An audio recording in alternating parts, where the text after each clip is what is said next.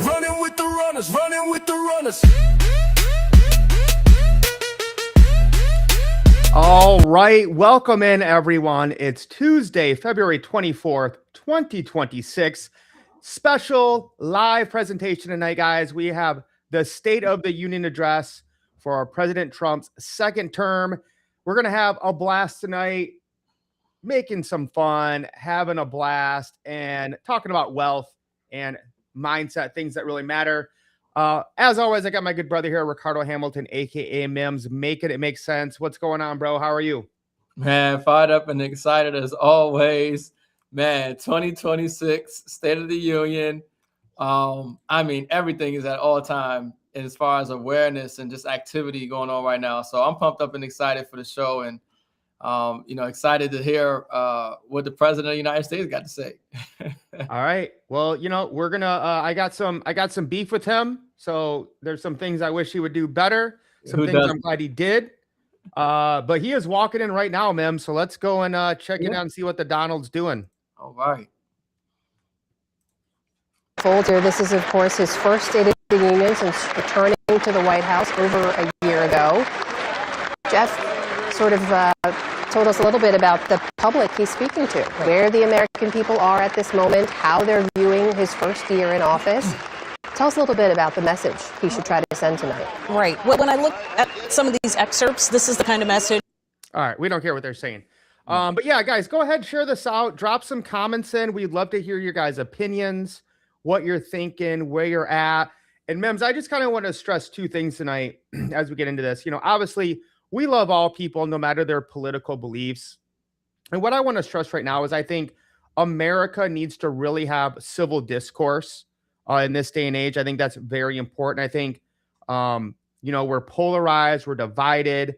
We don't have any real consistent debates, which I love to do, right? I could be with the most left-wing radical person and still have, a basic logical debate with them. And I think that's what we're missing today, is really focusing on what unites us and starting from a common ground and then working at how can we make our country better? How can we make our lives better?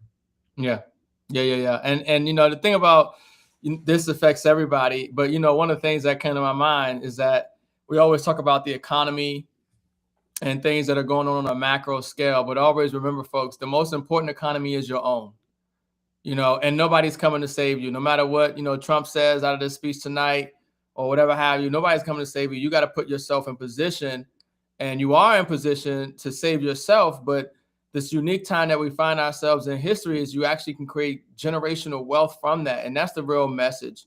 Yep. Putting yourself in position to capitalize on these chaotic and uncertain times, because not everybody is going to experience the things to come in the same way.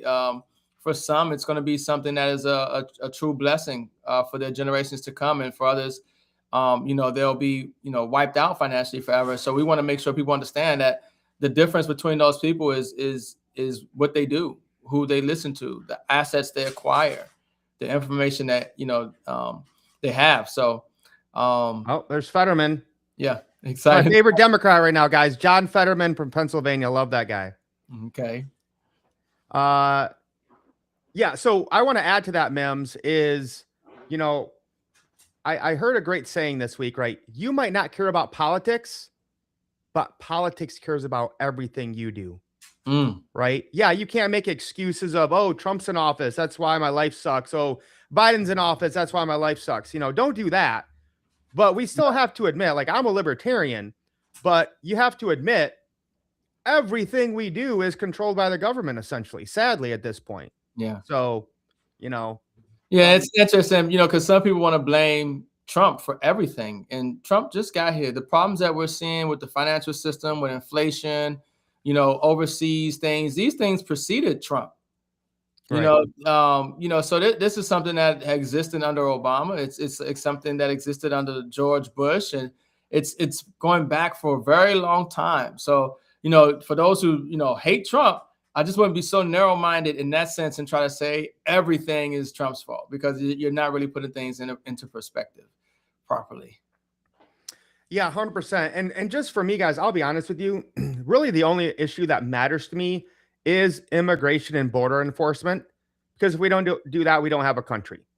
And obviously, Federal Reserve monetary policy, but like, I don't think anyone's really going to change that. That's up to us and education and our individual, sovereignty.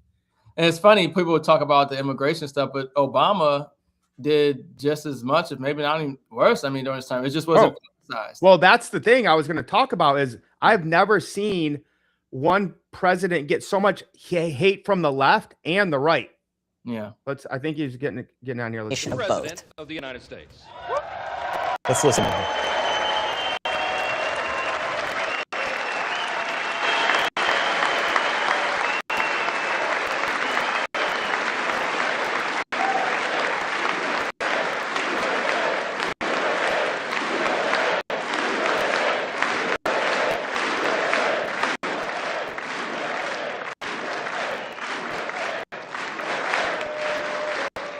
Well, thank you very much, everybody. It's really an honor. Speaker Johnson, Vice President Vance, First Lady of the United States, Melania.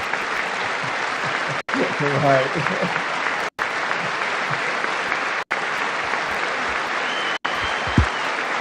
I still got to see that movie. I heard it was good. Yeah, I know. I was about to say something about the movie. Yeah.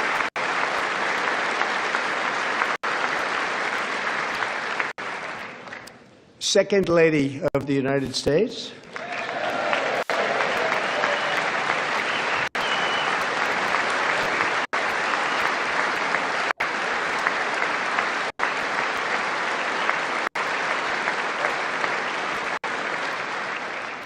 members of Congress, and my fellow Americans. Our nation is back, bigger, better, richer, and stronger than ever before.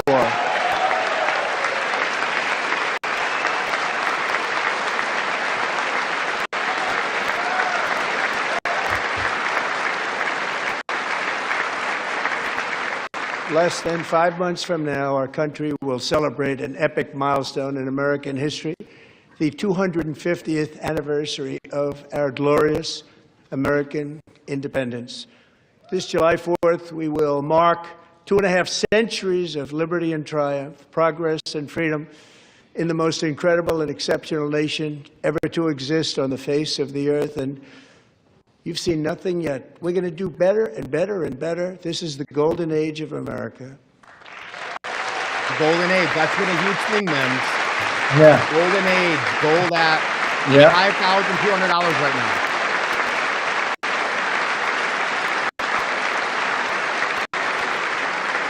When I last spoke in this chamber 12 months ago, I had just inherited a nation in crisis with a stagnant economy, inflation at record levels, a wide open border, horrendous recruitment for military and police, rampant crime at home, and wars and chaos all over the world. But tonight, after just 1 year, I can say with dignity and pride that we have achieved a transformation like no one has ever seen before, and a turnaround for the ages. It is indeed a turnaround for the ages.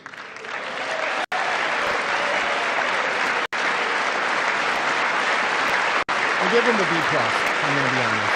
A B+ in the last year.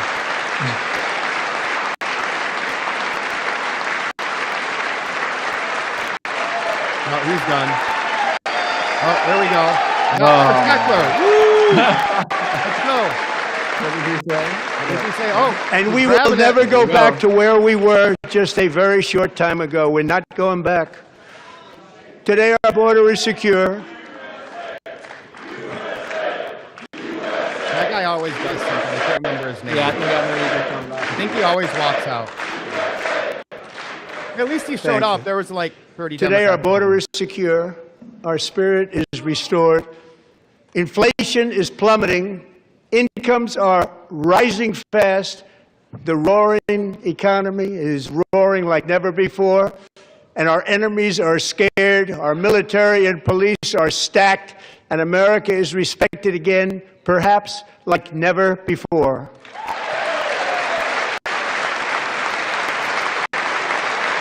Our enemies do got to be scared. aka Colombia. After 4 years in which millions and millions of illegal aliens poured across our borders, totally unvetted and unchecked, we now have the strongest and most secure border in American history by far. I think you could still do better, but step in the right direction. I'll give you that. Much better. In the past 9 months, 0 illegal aliens have been admitted to the United States.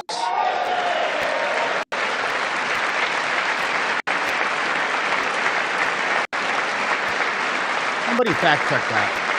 Somebody fact check that.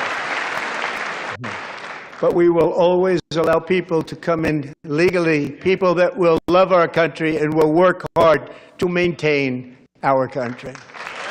Amen.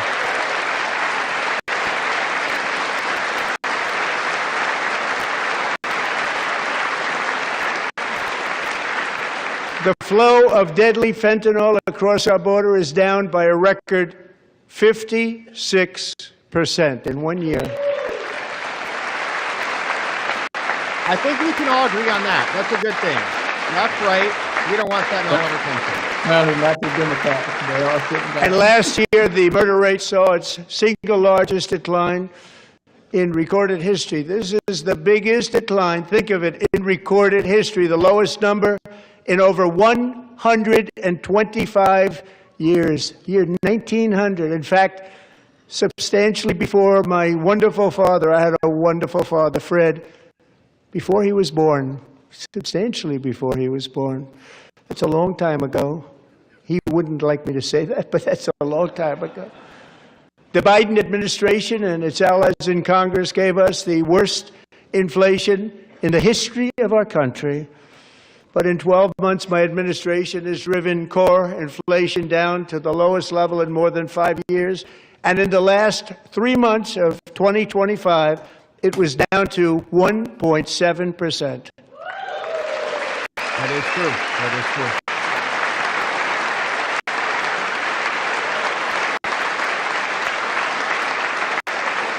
Still too high, but it is way down. I will give him that.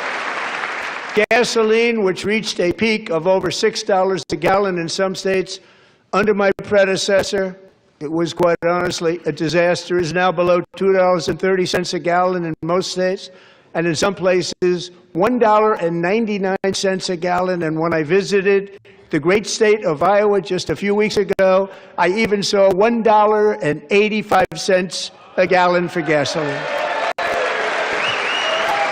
That was $2.40 last week, man. $2.40 in Michigan. Oh, wow. Mortgage rates are the lowest in 4 years and falling fast, and the annual cost of a typical new mortgage is down almost $5,000 just since I took office. 1 year.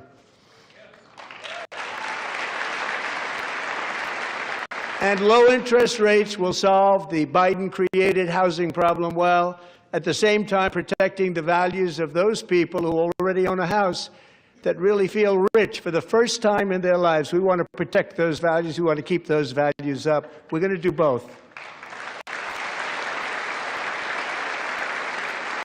And we are going to keep it that way.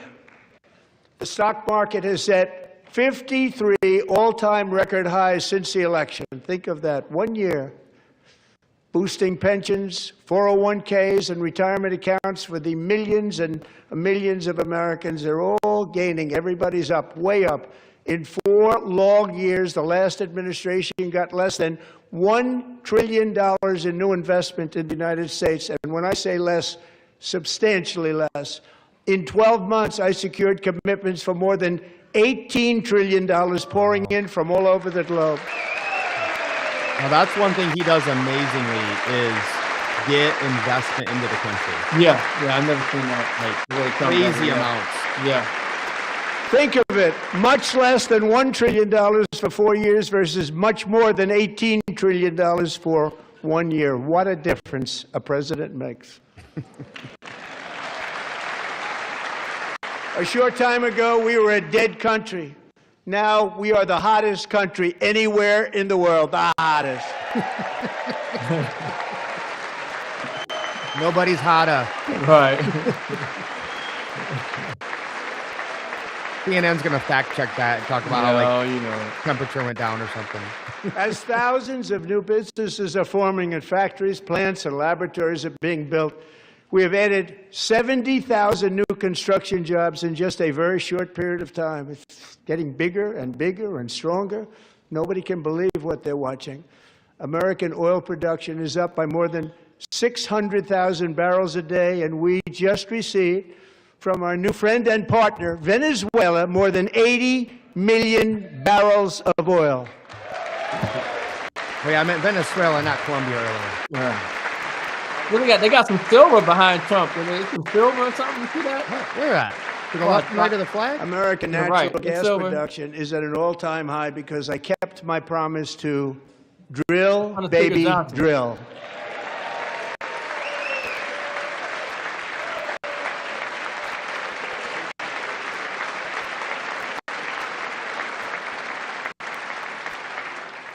More Americans are working today than at any time in the history of our country. Think about that. Any time in the history of our country, more working today. And 100% of all jobs created under my administration have been in the private sector.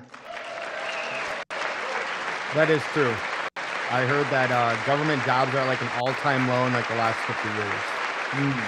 Yeah, I can read that. We ended DEI in America.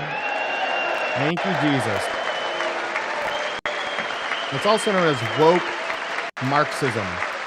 If you're not familiar with that. We cut a record number of job-killing regulations, and in 1 year we have lifted 2.4 million Americans, a record, off of food stamps.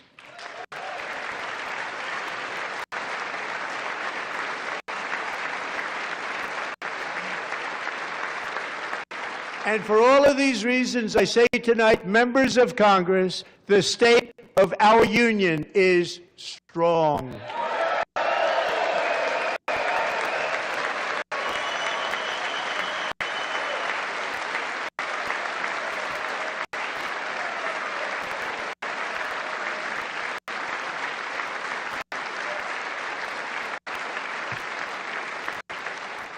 Our country is winning again. In fact, we're winning so much that we really don't know what to do about it. People are asking me, please, please, please, Mr. President, we're winning too much. We can't take it anymore. We're not used to winning in our country. Until you came along, we're just always losing, but now we're winning too much. And I say, no, no, no, you're going to win again. You're going to win big. You're going to win bigger than ever. And to prove that point, here with us tonight is a group of winners who just made the entire nation proud. The men's gold medal Olympic hockey team. Come on. Oh, yeah.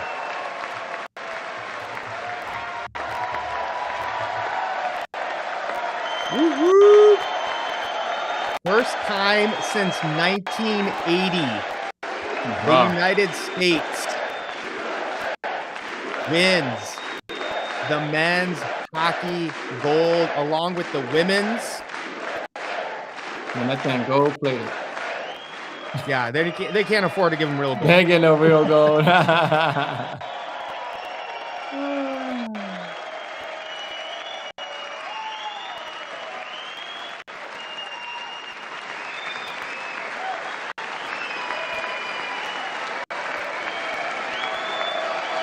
Oh, you got to look at the story. The guy Jack, whatever his name is, that scored the goals for America. Okay. This guy with the same name was cut from the 1980 team. Oh, wow. Interesting. It was Jack Hughes. Go ahead. So in the 1980 team, there was a guy named Jack Hughes who was cut. And then Jack Hughes, that guy right there, was like the MVP. He got his 2 teeth bashed in. Oh, wow. And same guy, same name. Like, bro, it's like we're living in the Matrix. It's almost like we're talking about that.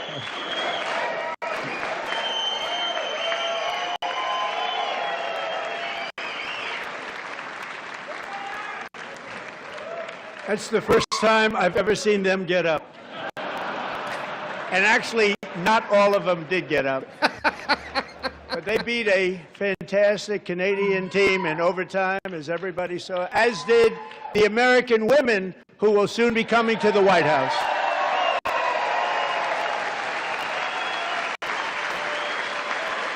CNN will fact check that. They said they weren't going to go.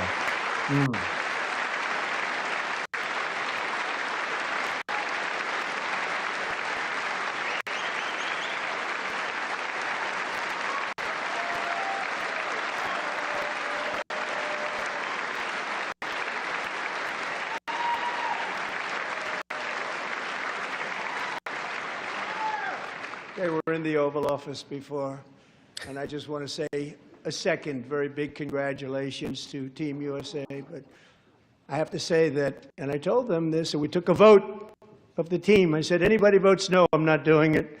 So they stood there, and they weren't about to say no, because I've never seen a goaltender play as well as goalie Connor Hellebuck.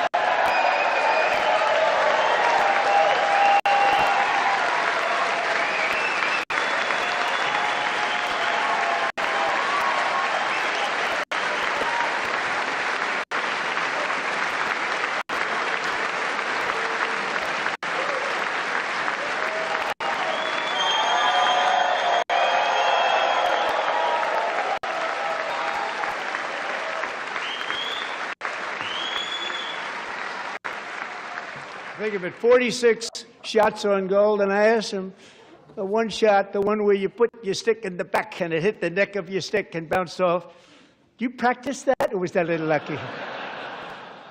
He refused to answer that question.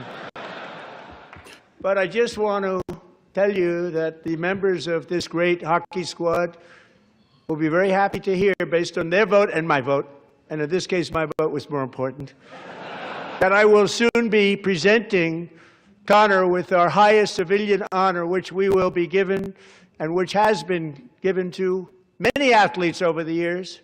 But when I say many, not too many, like 12, it's called the highest civilian honor in our country, the Presidential Medal of Freedom.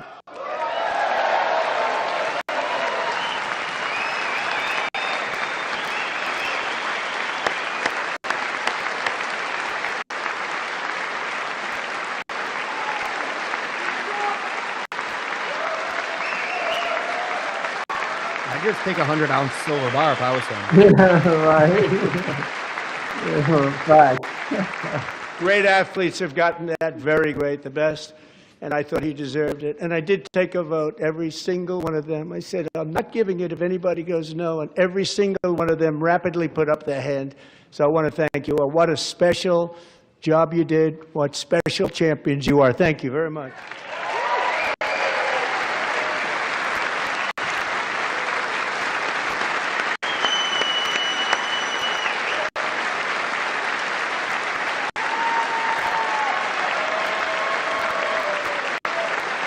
All right, we can agree on that, Mims.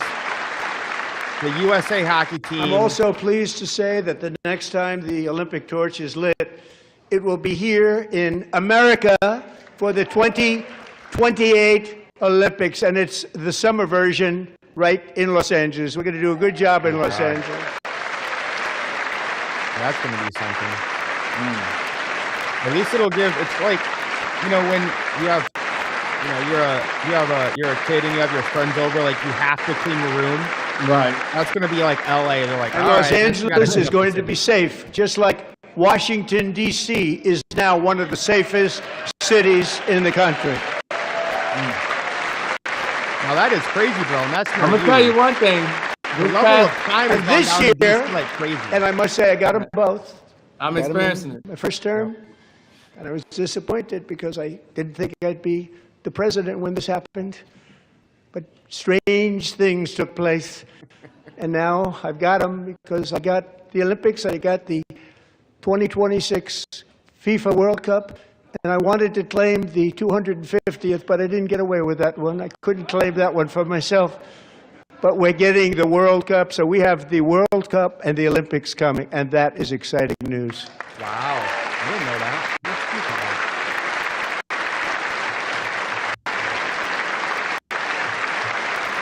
So this will be a year to celebrate our country and the heroes who have kept it free. Men like Buddy Taggart. At age 17, Buddy volunteered to defend America in World War II, serving in the Pacific under the great General Douglas MacArthur. He fought bravely in the famous Battle of Manila, worked so hard. He was badly wounded and almost killed by enemy machine guns in Luzon. And 81 years ago this month, he liberated the largest internment camp in the Philippines, one of the largest anywhere in the world.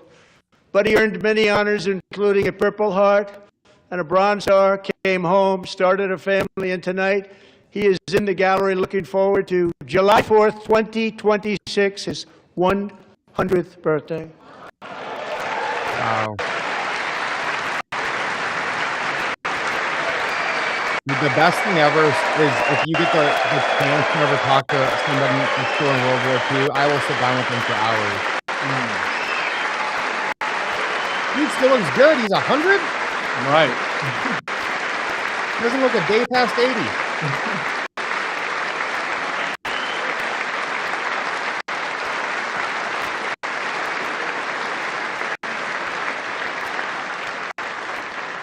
So, Buddy, you're a brave man, and we salute you. Even in times of challenge, setback, and immense heartache, the spirit of 1776 has always shone through very brightly. It was July 4th of last year when floodwaters tore through a girls' summer camp in Central Texas. One of the worst things I've ever seen. I was there, rising 26 feet in the matter of minutes, tragically claiming many, many lives. You all remember that one. As the waters threatened to sweep her away, 11-year-old Millie Kate McClament closed her eyes and prayed to God. She thought she was going to die. Those prayers were answered when Coast Guard rescue swimmer Scott Ruskin descended from a helicopter above. Nobody knew where he came from.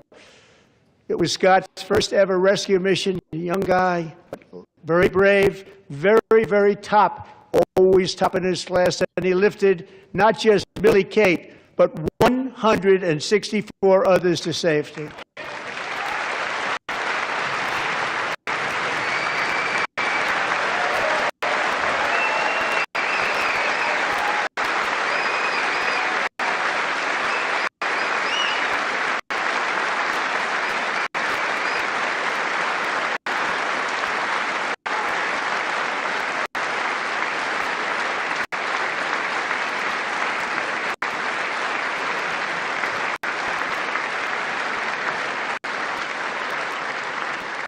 People watched Scott from a distance, and they couldn't believe what they were seeing. The winds were blowing, the rain was pouring, everything was going, and that rapid water, nobody's ever seen anything like it. They said, wow, that's something.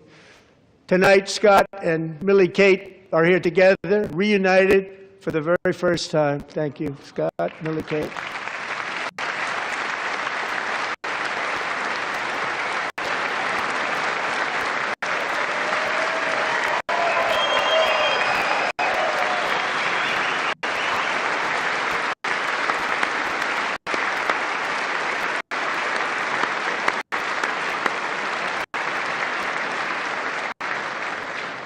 And Petty Officer Ruskin, I'm pleased to inform you that I am now awarding you the Legion of Merit for extraordinary heroism, which is what it was, extraordinary heroism. Thank you.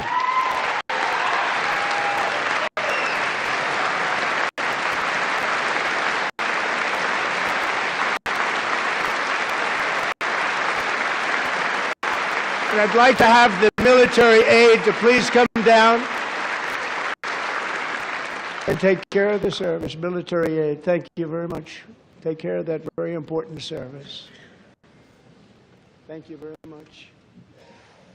From 1776 to today, every generation of Americans has stepped forward to defend life, liberty, and the pursuit of happiness. And they're really doing it for the next generation. But now it's our turn. Together, we're building a nation where every child has the chance to reach higher and go further, where government answers to the people, not the powerful, and where the interests of hardworking American citizens are always our first and ultimate concern. That is the debt we owe to the heroes who came before us, and that is the promise we must keep to America for our 250th year. Last year, I urged this Congress to begin the mission by passing the largest tax cuts in American history, and our Republican majorities delivered so beautifully. Thank you, Republicans.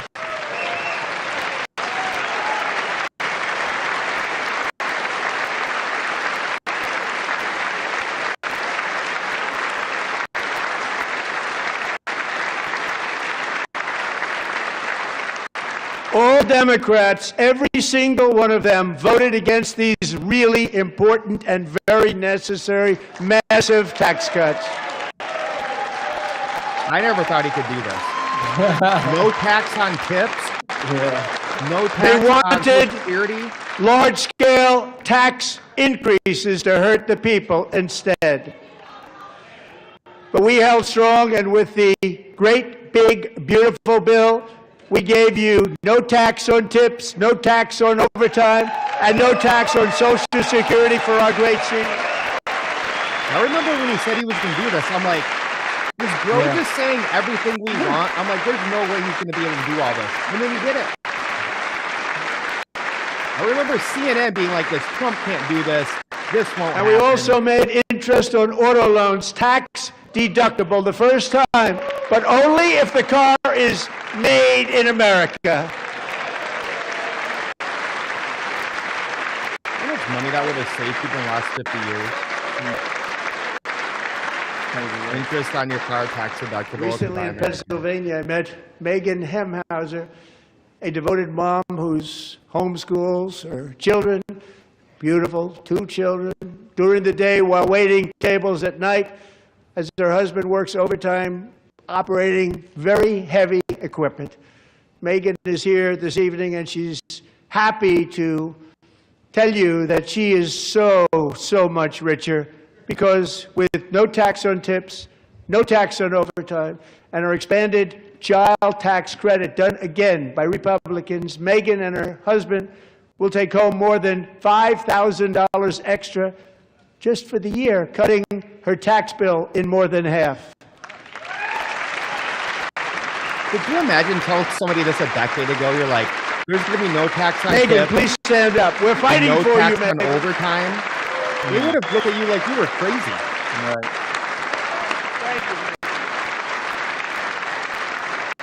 Thank you, Megan. We're fighting for you, Megan.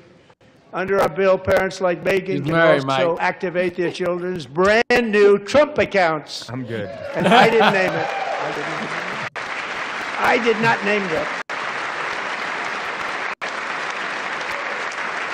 Oh, the Trump accounts are Nobody amazing. believes me, but I did not name it. It was named by a very tall man sitting right there in the third row. Nice man, a good man. Tax-free investment accounts for every American child. This is something that's so special and has taken off and gone through the roof. Millions will be pre-funded courtesy of the U.S. Treasury and private individuals like Michael and Susan Dell, who have donated $6.25 billion to fund the Trump accounts for 25 million American children. This is the greatest thing ever. There is no way great anyone could people. be against this. I had this idea for 20, 30 years, man. But I was like, no one will ever do this. I was like, why don't we just pre-fund accounts? When I asked Michael Dell, how do you make all that money? He said, well, I just sat in my dorm in school, and I made computers, and I'd sell them to people. And I just kept selling and selling and selling, and pretty amazing story. That's called the American dream. He sold a lot of computers, a lot of those laptops So I congratulate him on that, but I really thank him and Susan, as well as others like Brad Gerstner, a very tremendous guy. He was behind it right from the beginning. Brad Gerstner, thank you, Brad.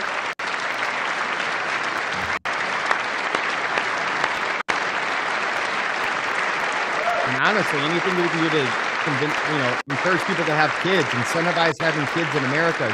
So with modest additional contributions, these young people's accounts could grow to over $100,000 or more by the time they turn 18. Think of it. How much money is that for somebody that started with nothing? Over 100,000, could be much more than that. To make this investment in our children's future, go to TrumpAccounts.gov. TrumpAccounts.gov. And a lot of people are doing it. It's setting every record in the book. It's popular. They knew what it was going to take. I'm so proud of them. I'm so proud of the people that got it started. And now it's just taken off. One of the primary reasons for our country's stunning economic turnaround, the biggest in history, where the Dow Jones broke 50,000 4 years ahead of schedule, and the S&P hit 7,000, where it wasn't supposed to do it for many years, were tariffs. I used these tariffs, took in hundreds of billions of dollars to make great deals for our country, both economically and on a national security basis. Everything was working well. Countries that were ripping us off for decades are now paying us hundreds of billions of dollars. They were ripping us so badly, you all know that. Everybody knows it. Even the Democrats know it. They just don't want to say it. And yet these countries are now happy, and so are we. We made deals. The deals are all done. And they're happy. They're not making money like they used to, but we're making a lot of money. There was no inflation, tremendous growth. And the big story was how Donald Trump called the economy correctly, and 22 Nobel Prize winners in economics didn't. They got it totally wrong. They got it really wrong. And then just 4 days ago, an unfortunate ruling from the United States Supreme Court. It just came down. It came down. Very unfortunate ruling. But the good news is that almost all countries and corporations want to keep the deal that they already made, right, Scott? Knowing that the legal power that I, as president, have to make a new deal could be far worse for them, and therefore they will continue to work along the same successful path that we had negotiated before the Supreme Court's unfortunate involvement. So despite the disappointing ruling, these powerful country-saving, it's saving our country, the kind of money we're taking in, peace-protecting. Many of the wars I settled was because of the threat of tariffs. I wouldn't have been able to settle them without. Will remain in place under fully approved and tested alternative legal statutes. And they have been tested for a long time. They're a little more complex, but they're actually probably better, leading to a solution that will be even stronger than before. Congressional action will not be necessary. It's already time-tested and approved. And as time goes by, I believe the tariffs paid for by foreign countries will, like in the past, substantially replace the modern-day system of income tax, taking a great financial burden off the people that I love. We might have to talk about this after. Got to get rid of income tax. Income tax is bullshit. Most people do not understand how amazing tariffs are, and I get it. Moving forward, factories, jobs, investment, and trillions of dollars will continue pouring into the United States of America because we finally have a president who puts America first. I put America first. I love America.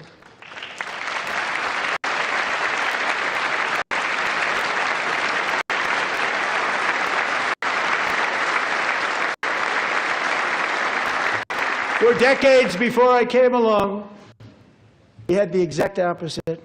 From trade to health care, from energy to immigration, everything was stolen and rigged in order to drain the wealth out of the productive, hardworking people who make our country great, who make our country run. Under Biden and his corrupt partners in Congress and beyond, it reached a breaking point with the Green New scam, open borders for everyone, They poured in by the millions and millions from prisons, from mental institutions. They were murderers, 11,888 murders. They came into our country. You allowed that to happen. And record-setting inflation that cost the typical family $34,000 in just a speck of time. Now the same people in this chamber who voted for those disasters suddenly used the word affordability, a word they just used it. Somebody gave it to them, knowing full well that they caused and created the increased prices that all of our citizens had to endure. You caused that problem. You caused that problem.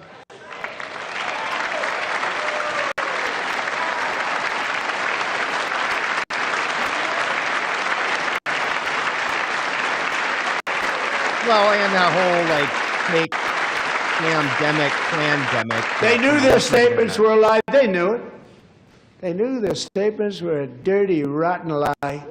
Their policies created the high prices. Our policies are rapidly ending them. We are doing really well. Those prices are plummeting downward.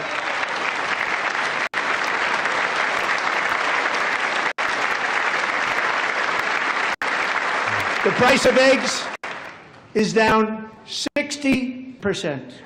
Madam Secretary, thank you. The cost of chicken, butter, fruit, hotels, automobiles, rent is lower today than when I took office by a lot. And even beef, which was very high, is starting to come down significantly. Just hold on a little while. We're getting it down. And soon you will see numbers that few people would think were possible to achieve just a short time ago. Nobody can believe when they see the kind of numbers, and especially energy, when they see energy going down to numbers like that, they cannot believe it. It's like another big tax cut. I'm also confronting one of the biggest ripoffs of our times, the crushing cost of health care caused by you. Since the passage of the Unaffordable Care Act, sometimes referred to as Obamacare, big insurance companies have gotten rich. It was meant for the insurance companies, not for the people. That's true. With our government giving them hundreds and hundreds of billions of dollars a year as their stock prices soared 1,000, 1,200, 1,400, and even 1,700%, like nothing else. That's why I introduced the great health care plan. I want to stop all payments to big insurance companies and instead give that money directly to the people so they can buy their own health care, which will be better health care at a much lower cost. Raw health care is a disaster. Crazy.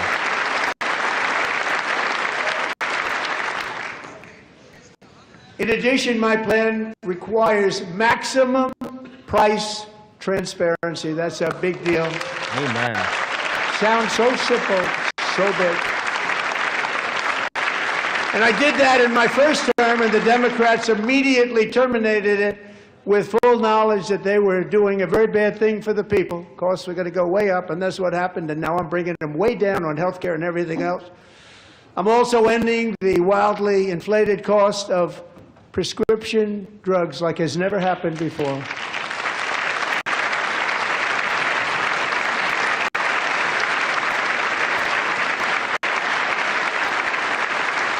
Other presidents tried to do it, but they never could. They tried.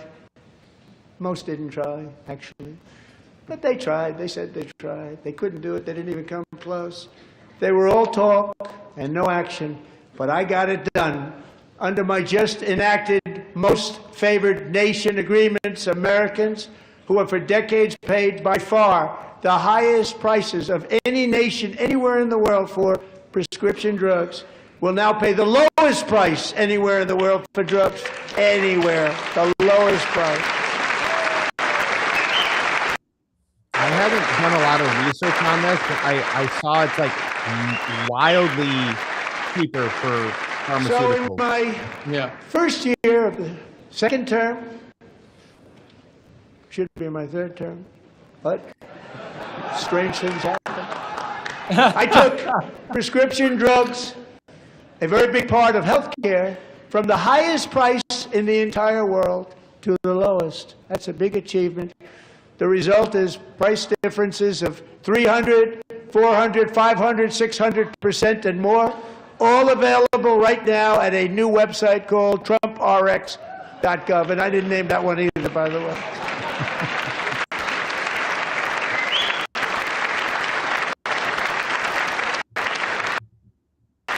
And here tonight is the very first customer ever to get that big discount, and it is big. Catherine Rayner.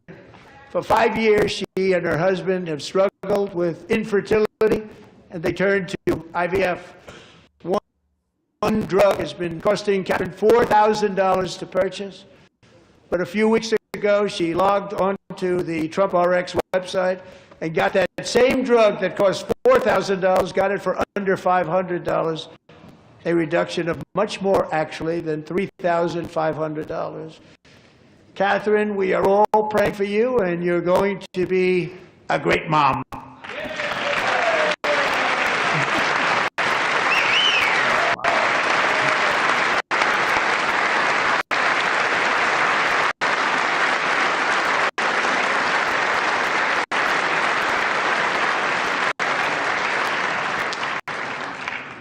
So now I'm calling on Congress to codify my most favored nation program into law. Now, the one thing, I'm not sure it matters because it's going to be very hard for somebody that comes along after me to say, let's raise drug prices by 700 or 800%.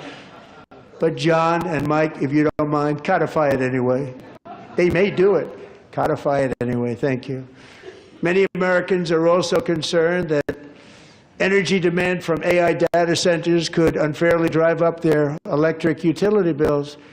Tonight, I'm pleased to announce that I have negotiated the new Ratepayer Protection Pledge. You know what that is?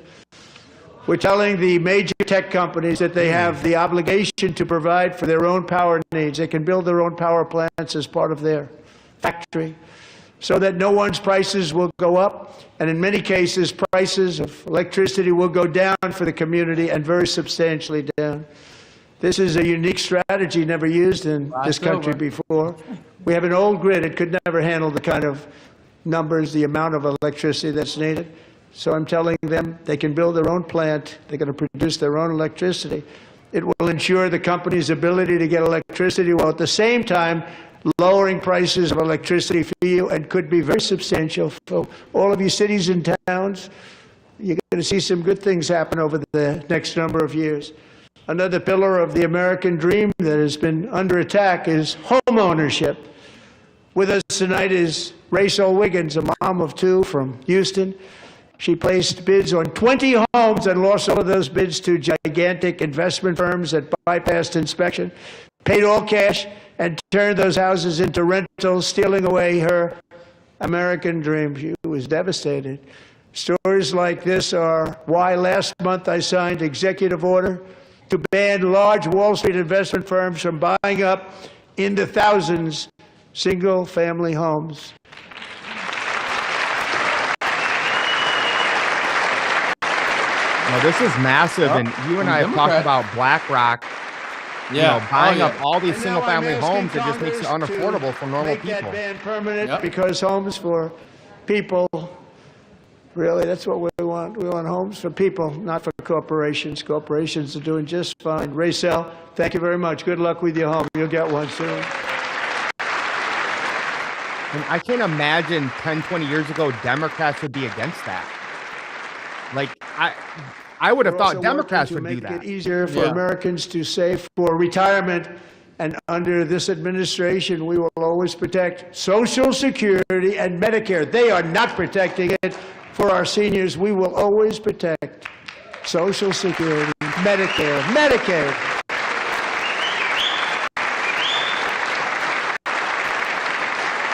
Since I took office, the typical 401k balance is up by at least $30,000.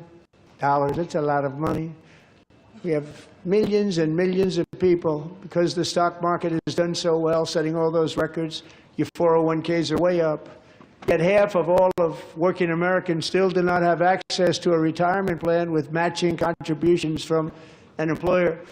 To remedy this gross disparity, I'm announcing that next year my administration will give these often forgotten American workers, great people, the people that built our country, access to the same type of retirement plan offered to every federal worker. We will match your contribution with up to $1,000 each year as we ensure that all Americans can profit from a rising stock market. Let's also ensure that members of Congress cannot corruptly profit from using insider information. What? I don't know what you just said. I got to research this more. That sounds like absolutely insane. We got Elizabeth Warren standing up. Right. You know that's for sure. Okay. Unity. Unity. They stood up for that. I can't believe it. He said, look, right. I can't believe it. Did Nancy Pelosi stand up when she was here? Right. Got it. Pass the Stop Insider Trading Act without delay. Yeah. No, I'm an insider. I want to keep trading. Oh, there's now I guess I wasn't sure if anybody even on this side was going to applaud for that. I'm very impressed. Thank you. I'm very impressed. But when it comes to the corruption that is plundering, it's plundering America. There's been no more stunning example than Minnesota, where members of the Somali community have pillaged an estimated $19 billion from the American taxpayer. Oh, we have all the information. And in actuality, the number is much higher than that. And California, Massachusetts, Maine, and many other states are even worse. This is the kind of corruption that shreds the fabric of a nation, and we are working on it like you wouldn't believe. So tonight, although started 4 months ago, I am officially announcing the war on fraud to be led by our great Vice President J.D. Vance. Yes. Fraud is so out of control, bro. So out of control. It's insane. Minnesota's like the tip of the iceberg. Yeah. It's everywhere. We'll get it done. And if we're able to find enough of that fraud, we will actually have a balanced budget overnight. It'll go very quickly. That's the kind of money you're talking about. We'll balance our budget. The Somali pirates who ransacked Minnesota reminded us that there are large parts of the world where bribery, corruption, and lawlessness are the norm, not the exception. Importing these cultures through unrestricted immigration and open borders brings those problems right here to the USA. And it is the American people who pay the price in higher medical bills, car insurance rates, rent, taxes, and perhaps most importantly, crime. We will take care of this problem. We're going to take care of this problem. We are not playing games. Delilah.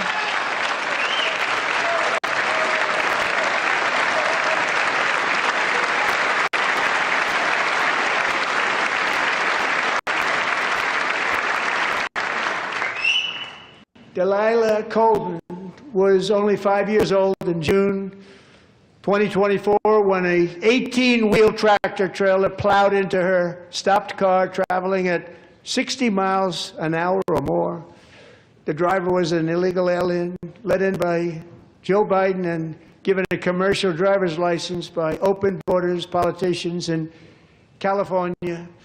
Doctors said Delilah would never be able to walk or talk, have a good life. She wouldn't even be able to eat again. But against all odds, she is now in the first grade learning to walk. And she's here this evening with her dad, Marcus, a fantastic man. Delilah, please, you are a great inspiration. Please stand up.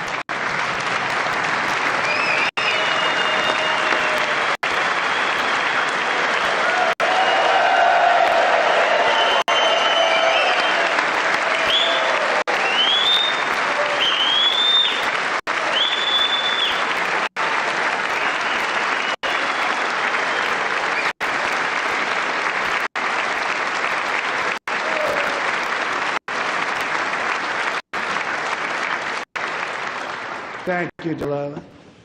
Many, if not most, illegal aliens do not speak English and cannot read even the most basic road signs as to direction, speed, danger, or location.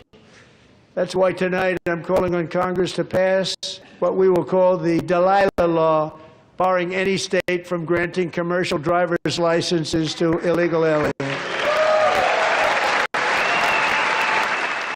I just found out about this, but apparently this is an epidemic. There's just tons of illegal aliens just come across, get a CDL, And they're driving a yesterday, semi.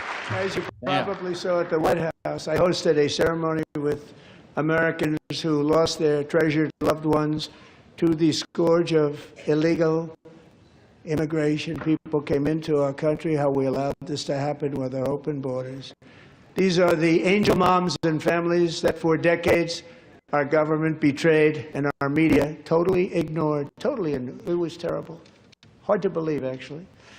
In 2023, a 16-year-old high school cheerleader named Elizabeth Medina was supposed to perform in her town's Christmas parade, but she never arrived. Her mother, Jacqueline, went home to look for her, and she found her lying dead in a bathtub, bleeding profusely after being stabbed 25 times.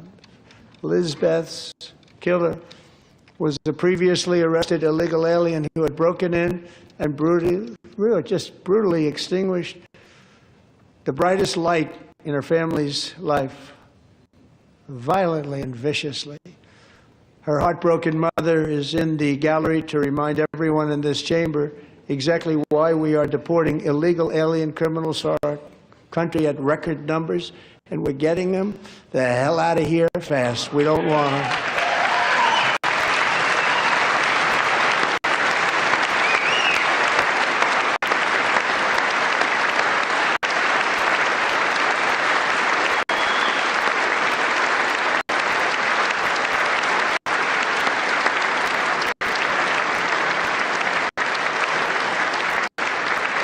Thank you very much, Jacqueline. Thank you. We can never forget that many in this room not only allowed the border invasion to happen before I got involved, but indeed they would do it all over again if they ever had the chance. If they ever got elected, they would open up those borders to some of the worst criminals anywhere in the world. The only thing standing between Americans and a wide open border right now is President Donald J. Trump and our great Republican patriots in Congress. Thank you. Thank you.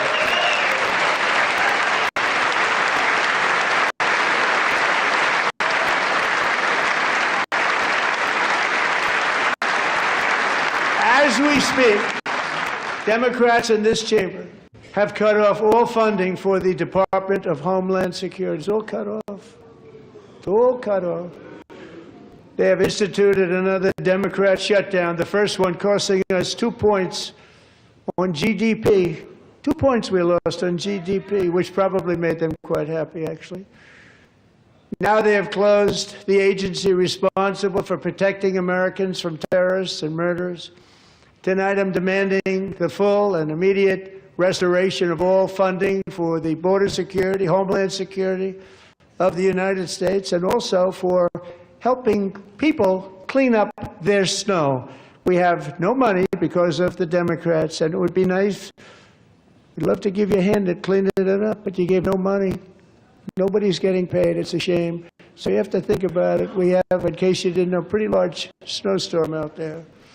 One of the great things about the State of the Union is how it gives Americans the chance to see clearly what their representatives really believe. So tonight I'm inviting every legislature to join with my administration in reaffirming a fundamental principle. Like he's in a headache, migraine. If you agree with this statement, then stand up and show your support. The first duty of the American government is to protect American citizens, not illegal aliens.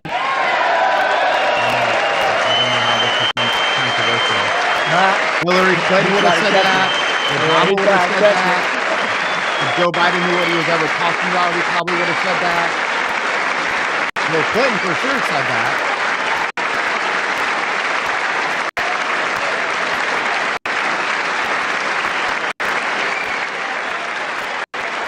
You gotta catch him, boy.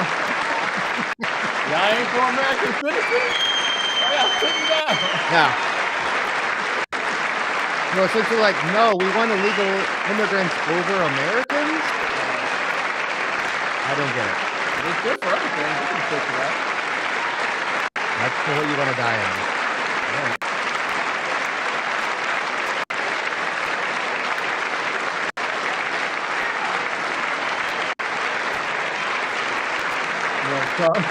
Trump about to take this shit, boy.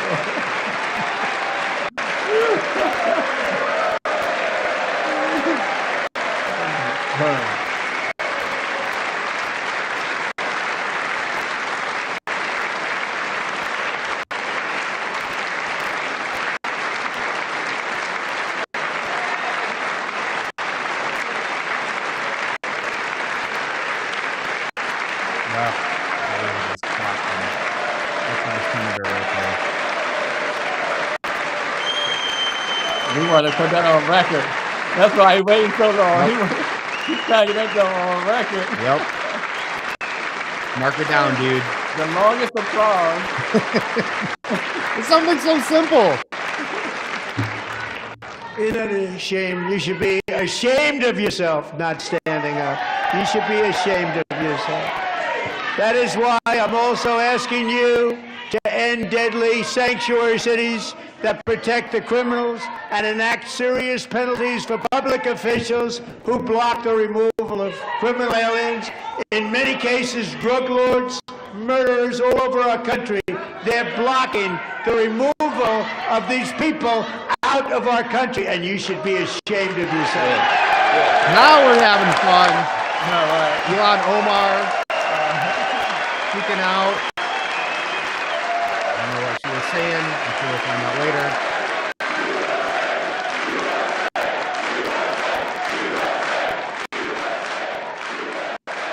Wild, bro. Wild. Putting illegal aliens, immigrants over Americans. I never thought I would see this And day. perhaps most importantly, I'm asking you to approve the Save America Act. Amen. Amen. If we don't have voter ID and integrity election, we don't To have a stop country. illegal aliens and others who are unpermitted persons from voting in our sacred American elections. The cheating is rampant in our elections. It's rampant. It's very simple. All voters must show voter ID. 100%. I've been saying this for 30 years. So simple. If you don't have an ID, you can't function in the world. All voters must show proof of citizenship in order to vote. Every other major country in the world does this. Very simple. And no more crooked mail-in ballots except for illness, disability, military, or travel. None. And this should be an easy one. And by the way, it's polling at 89%, including Democrats. 89%. Yeah, Americans agree. Republican, moderate, Democrats, 80+% voter And ID. even the new communist mayor of New York City, I think he's a nice guy, actually. Speak to him a lot. Bad policy, but nice guy. Just said they want people to shovel snow. They got hit hard. Wants them to shovel snow, but if you apply for that job, you need to show 2 original forms of ID and a Social Security card. That's actually true. I couldn't believe Yet it. they don't want identification for the greatest privilege of literally them all, voting in Throw up America. the shovel and get paid $20 an hour. You needed 2 IDs in your Social Both Security. Republicans and Democrats overwhelmingly agree on the policy that we just enunciated. And Congress should unite and enact this common sense, country-saving legislation right now, and it should be before anything else happens. Pass the SAVE Act.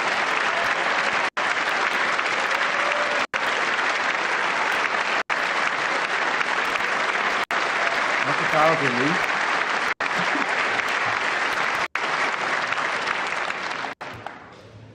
The reason they don't want to do it, why would anybody not want voter ID? One reason, because they want to cheat. There's only one reason.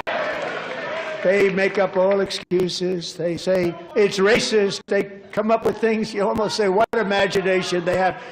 They want to cheat. They have cheated. And their policy is so bad that the only way they can get elected is to cheat. And we're going to stop it. We have to stop it, John.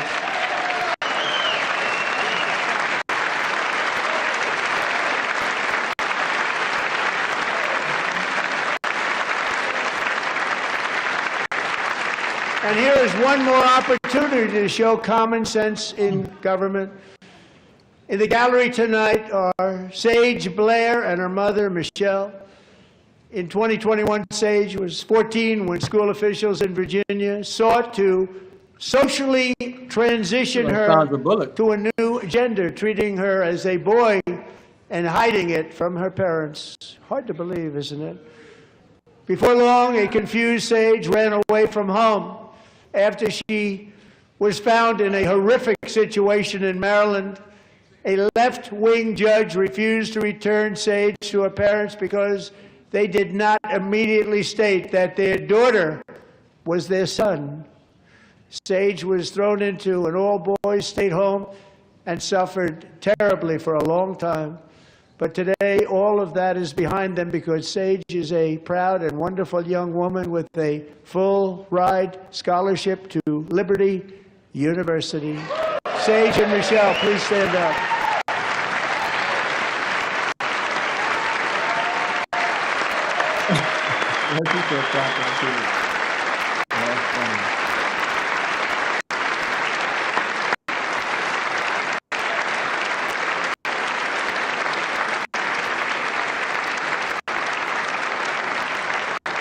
And thank you for your great bravery. And who can believe that we're even speaking about things like this? 15 years ago, if somebody was up here and said that, they'd say, what's wrong with him? But now we have to say it because it's going on all over numerous states without even telling the parents. But surely we can all agree no state can be allowed to rip children from their parents' arms and transition them to a new gender against the parents' will. Who would believe that we've been talking about this? We must ban it, and we must ban it immediately.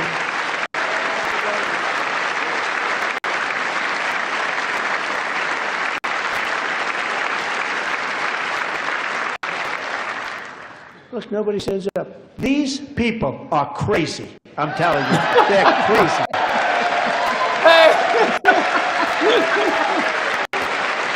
Hey, Sean, go ahead, man. I was just gonna say, bro, like, if you told me this was gonna happen 15 years ago, I'd be like, no way.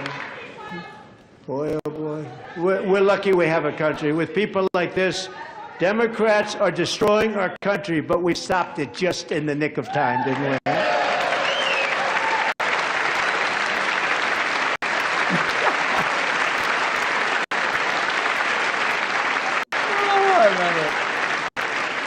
No one cares more about protecting America's youth than our wonderful First Lady. Now a movie star. She's a movie star. Can you believe it? Who would have believed that? Over the past year, she has had an incredible impact championing AI legislation, advancing a landmark executive order on foster care, and helping secure $30 million to launch the Melania Trump Foster Youth to Independence initiative. It's a tremendous, really a tremendous thing that happened and had a lot of bipartisan support. She gets much better bipartisan support than I do. I get none. She gets a lot. Someday you're going to have to tell me how you did that. And students and educators in every state have joined the First Lady's efforts in the presidential AI challenge, keeping America's next generation positioned to succeed and strongly succeed in the future. Tonight we welcome two young people whose lives reflect the First Lady's impact, Sierra Burns and Everest Nevermont. Thank you both, and Melania, thank you. I know how hard you work on it. Thank you very much.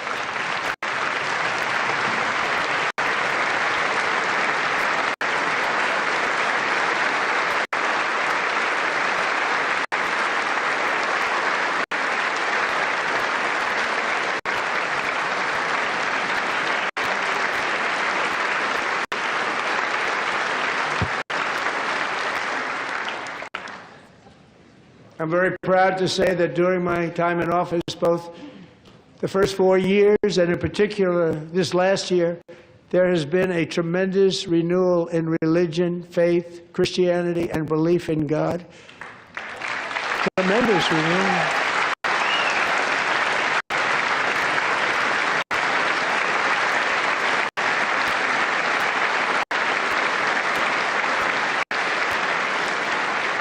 This is especially true among young people, and a big part of that had to do with my great friend, Charlie Kirk, a great guy, great man.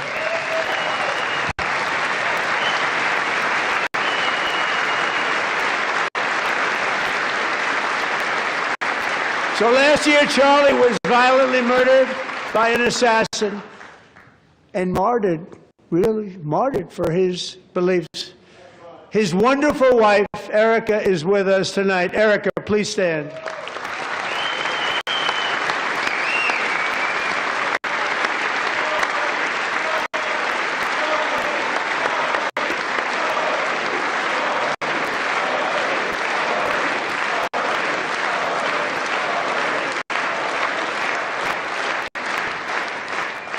Thank you, Erica. Been through a lot. In Charlie's memory, we must all come together to reaffirm that America is one nation under God, and we must totally reject political violence of any kind.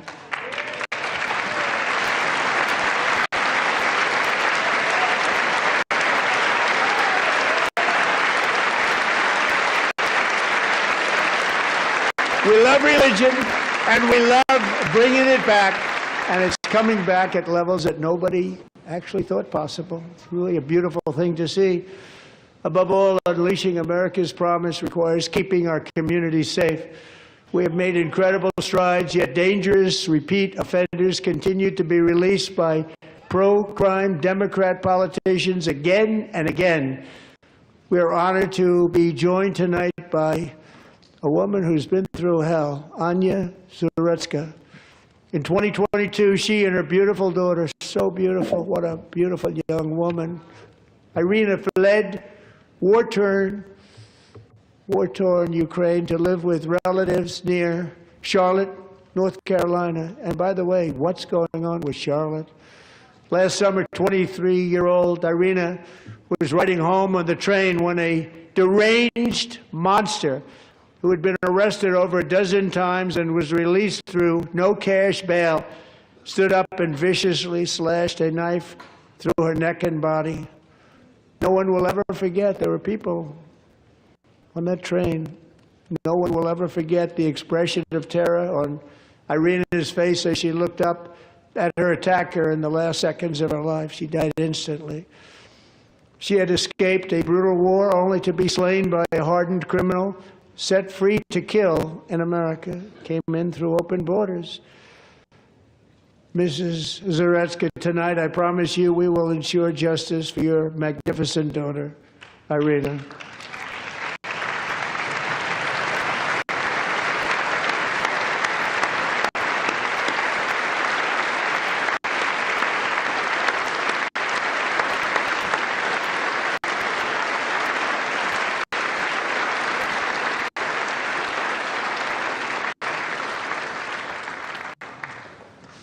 How do you not stand? How do you not stand? I'm asking this Congress to pass tough legislation to ensure that violent and dangerous repeat offenders are put behind bars, and importantly, that they stay there. I was arrested 15 times. Just let out.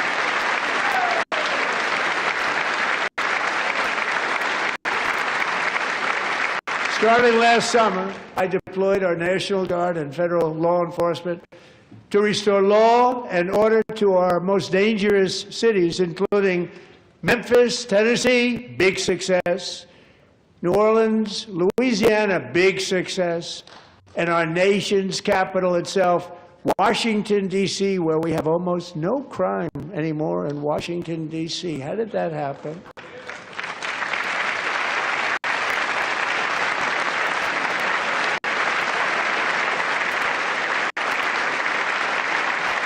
In fact, crime in Washington is now at the lowest level ever recorded, and murders in D.C. this January were down close to 100% from a year ago.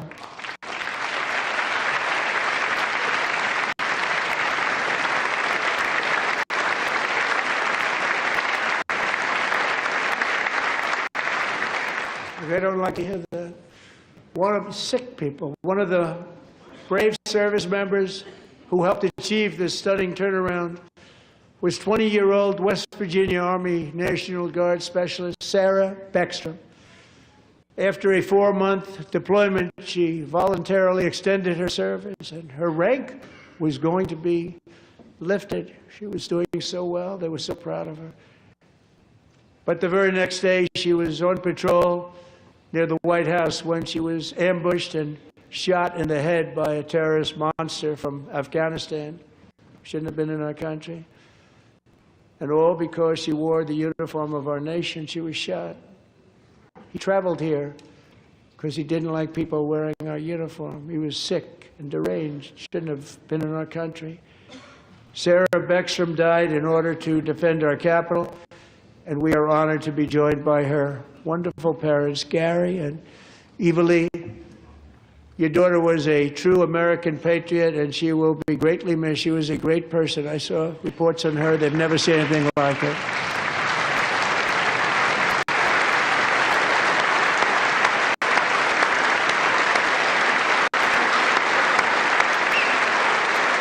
That story is crazy, guys. So crazy.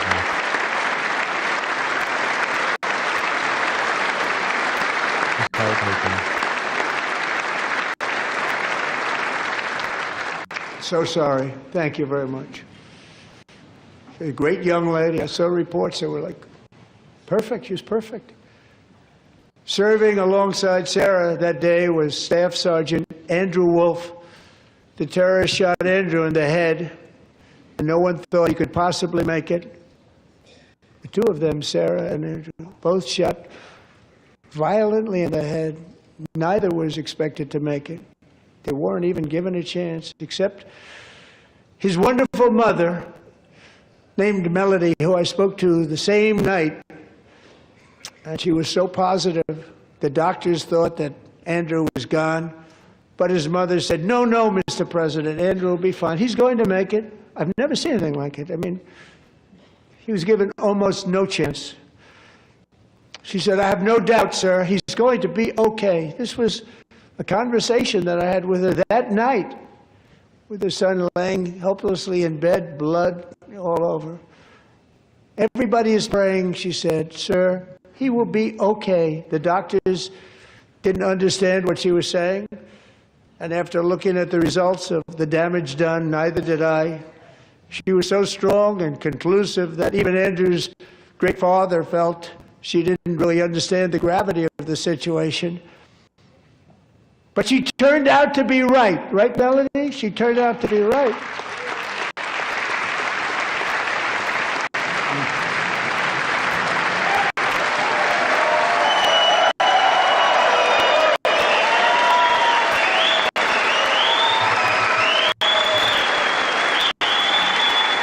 I thought that was Shane Gillis for a minute, the comedian. That's amazing. What a comeback story. Yeah. I love hearing about the stories here tonight are just absolutely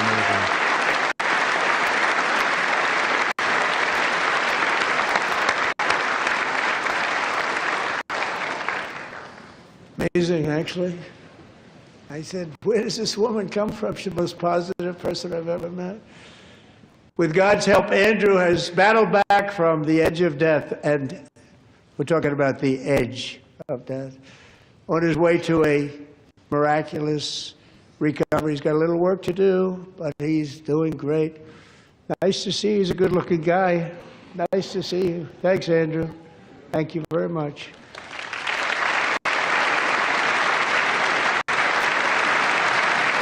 I'm doing the camera work here tonight. There he is. There's Andrew.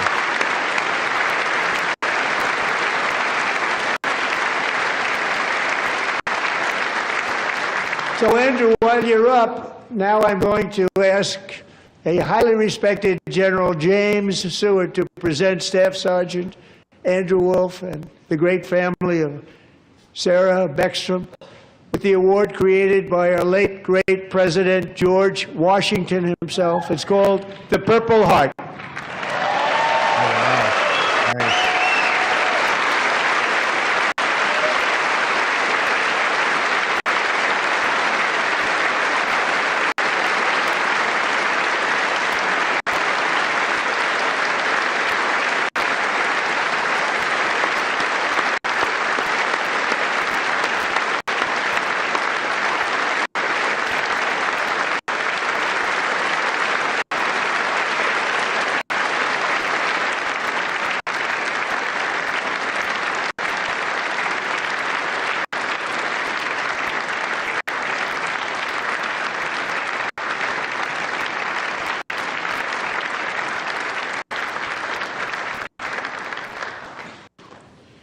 We love you all. Love you.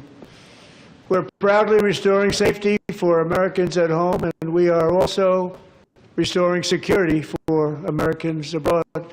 Our country has never been stronger. My first 10 months, I ended 8 wars, including Cambodia. Isn't it funny? Sick people. Cambodia and Thailand, Pakistan and India. Would have been a nuclear war. 35 million people said the Prime Minister of Pakistan would have died if it were not for my involvement. Kosovo and Serbia, Israel and Iran, Egypt and Ethiopia, Armenia and Azerbaijan, the Congo and Rwanda, and of course the war in Gaza, which proceeds at a very low level. It's just about there. And I want to thank Steve Witkoff and Jared Kushner for your help. Thank you, Steve. Thank you, Jared.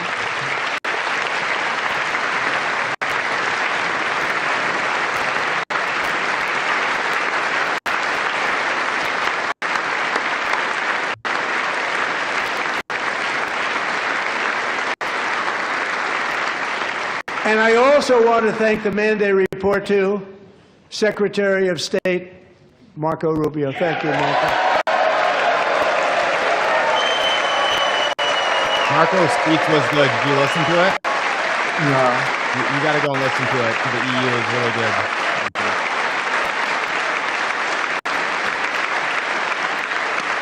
I didn't like him for a little bit. He's kind of back in People my like favor. you. You know, Marco got 100% of the votes when he was in confirmation. I think our next one was about 54%. And some of the Democrats are now saying, I can't believe we approved that guy. And he said it's an honor that they feel that way, right, Marco? You have done a great job, great Secretary of State. I think he'll go down as the best ever.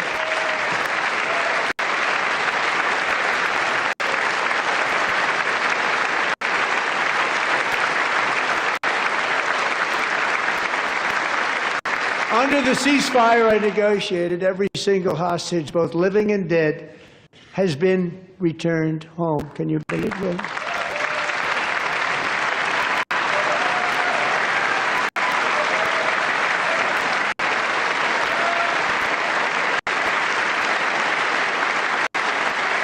Nobody thought it was possible. Nobody thought that was possible.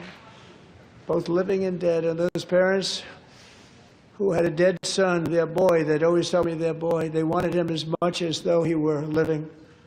That was an amazing period of time, and they came back, and when we got all of the living hostages back, and many, many before them, but I always said those last 20 are going to be very tough, but we got many, many more, hundreds. But I said those last 20 are going to be tough. We got them back, but we only got back 14 or 15 of the dead, of the 28.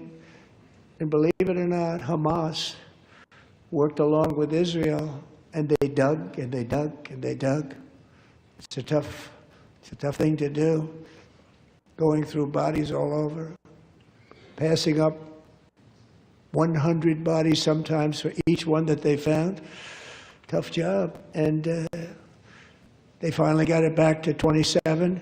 And then Steve and Jared, they got it back to 28. They found all 28. Nobody thought that was possible, but we did it. And I remember the family of the 28th. They were so grieved, but they were so happy as it's possible to be. They had their boy back. The mother said, "Sir, we have our boy back." What a period of time that was, but we got them all back. So thank you both very much. Great job.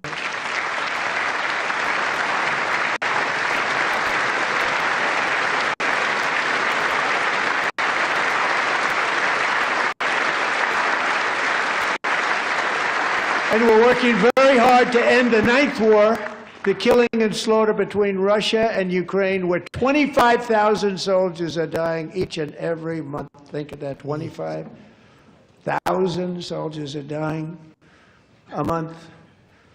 A war which would have never happened if I were president, would have never happened. As president, I will make peace wherever I can, but I will never hesitate to confront threats to America wherever we must. That's why in a breakthrough operation last June, the United States military obliterated Iran's nuclear weapons program with an attack on Iranian soil known as Operation Midnight Hammer.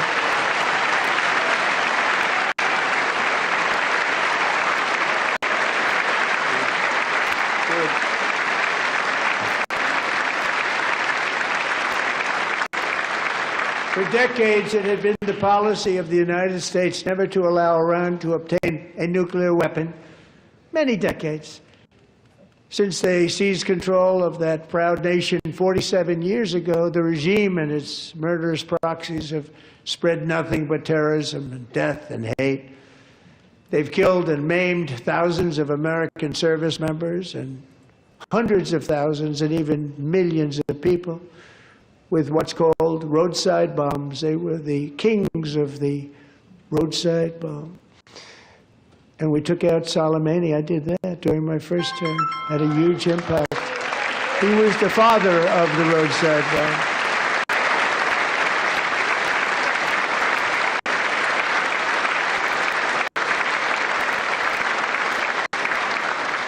And just over the last couple of months with the protests, they've killed at least, it looks like, 32,000 protests. 32,000 protesters in their own country. They shot them and hung them. We stopped them from hanging a lot of them with the threat of serious violence. But this is some terrible people. They've already developed missiles that can threaten Europe and our bases overseas, and they're working to build missiles that will soon reach the United States of America. After Midnight Hammer, they were warned to make no future attempts to rebuild their weapons program, in particular nuclear weapons. Yet they continue. They're starting it all over. We wiped it out, and they want to start it all over again. And are at this moment again pursuing their sinister ambitions. We are in negotiations with them. They want to make a deal, but we haven't heard those secret words. We will never have a nuclear weapon. My preference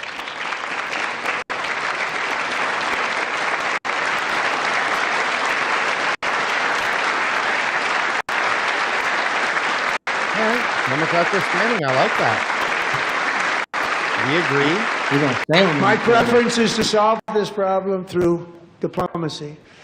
But one thing is certain, I will never allow the world's #1 sponsor of terror, which they are by far, to have a nuclear weapon. Can't let that happen.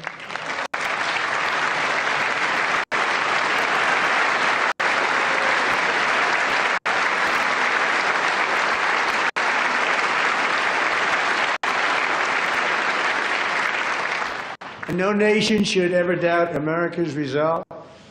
We have the most powerful military on earth. I rebuilt the military in my first term. We're going to continue to do so. Also, we just approved a $1 trillion budget. We have no choice. We have to be strong, because hopefully we will seldom have to use this great power that we built together. It's really called peace through strength, and it's been very, very effective. Getting a little Ronald Reagan going, a little Gipper.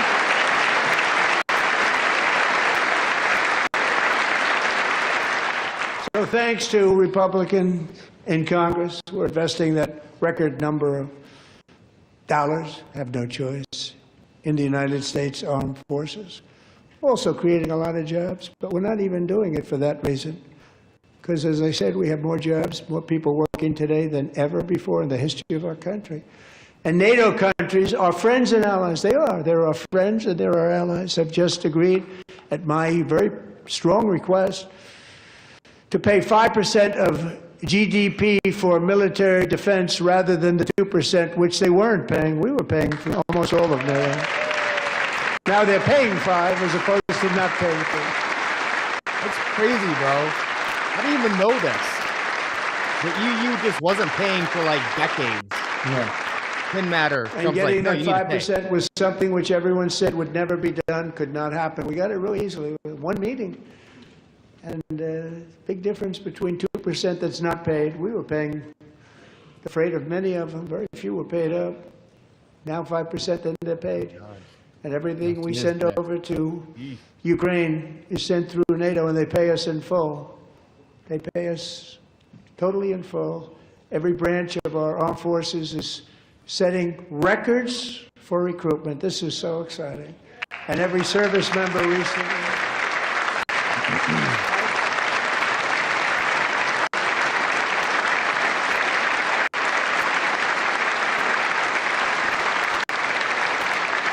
And every service member recently received a warrior dividend of $1,776.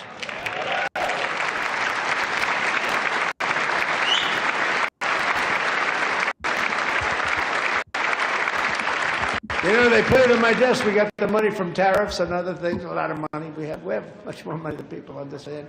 Have to rebuild that program a little bit, but it won't take long.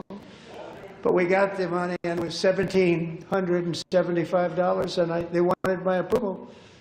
And I said, what's the number? $1,775. I said, wait a minute, for $1 more we can have $1,776. I said, we're going to figure that. I never asked anybody if we could afford it. $1 more, I said $1,776. And I said, that's good. And I'll tell you what, our military, that was 4 months ago, our military, I never see a person in the military that doesn't thank me for it, so we're honored to do it. They deserve it. And we call it 1776. It was great. And we love our military. We love our law enforcement. We love our firemen. You know, the firemen don't get mentioned enough. We love our firemen. We're also...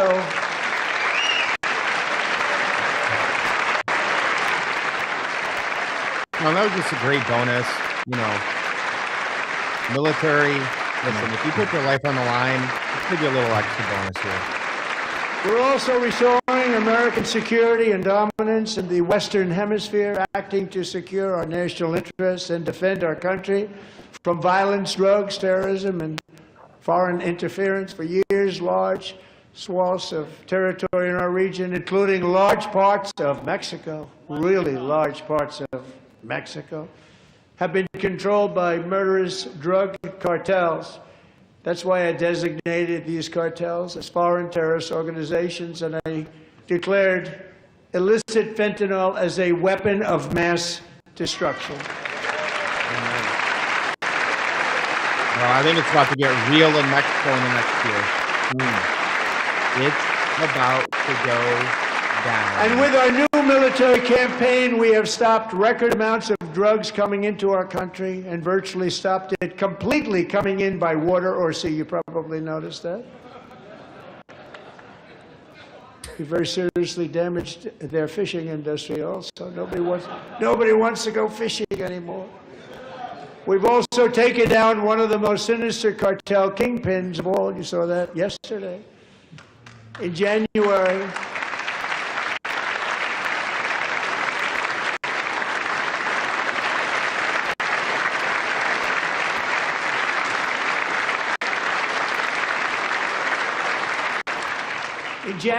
elite American warriors carried out one of the most complex, spectacular feats of military competence and power in world history. No one's seen anything like it. Foreign leaders, I won't tell you who, called me and they said, very impressive. Very impressive. They couldn't believe, they all watched. They saw what happened. This is a different fighting force than we had years ago when we fought to tie. You know, it's a good fighting force. I'm so proud of it. Look at Space Force. Space Force is my baby. Because we did that. My baby is becoming so important.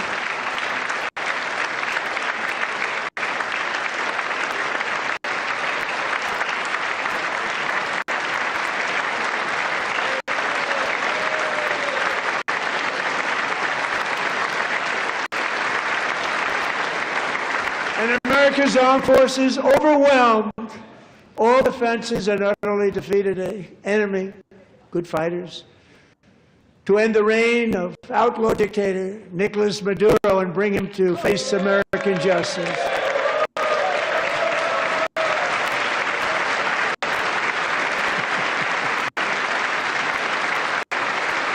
And this was an absolutely colossal victory for the security of the United States, and it also opens up a bright new beginning for the people of Venezuela.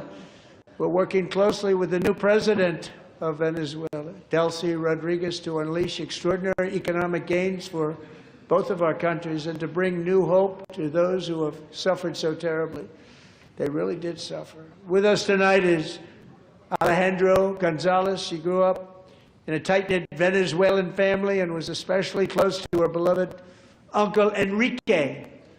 But after Enrique ran for office and opposed Maduro, he was kidnapped by Maduro's security forces and thrown into the regime's really infamous prison in Caracas. Alejandro feared she would never see her uncle again. She feared for her own life also. But since the raid, we have worked with the new leadership, and they have ordered the closure of that vile prison and released hundreds of political prisoners already, with more to come. Alejandro, I'm pleased to inform you that not only has your uncle been released, but he is here tonight. We brought him over to celebrate his freedom with you in person. Enrique, please come down.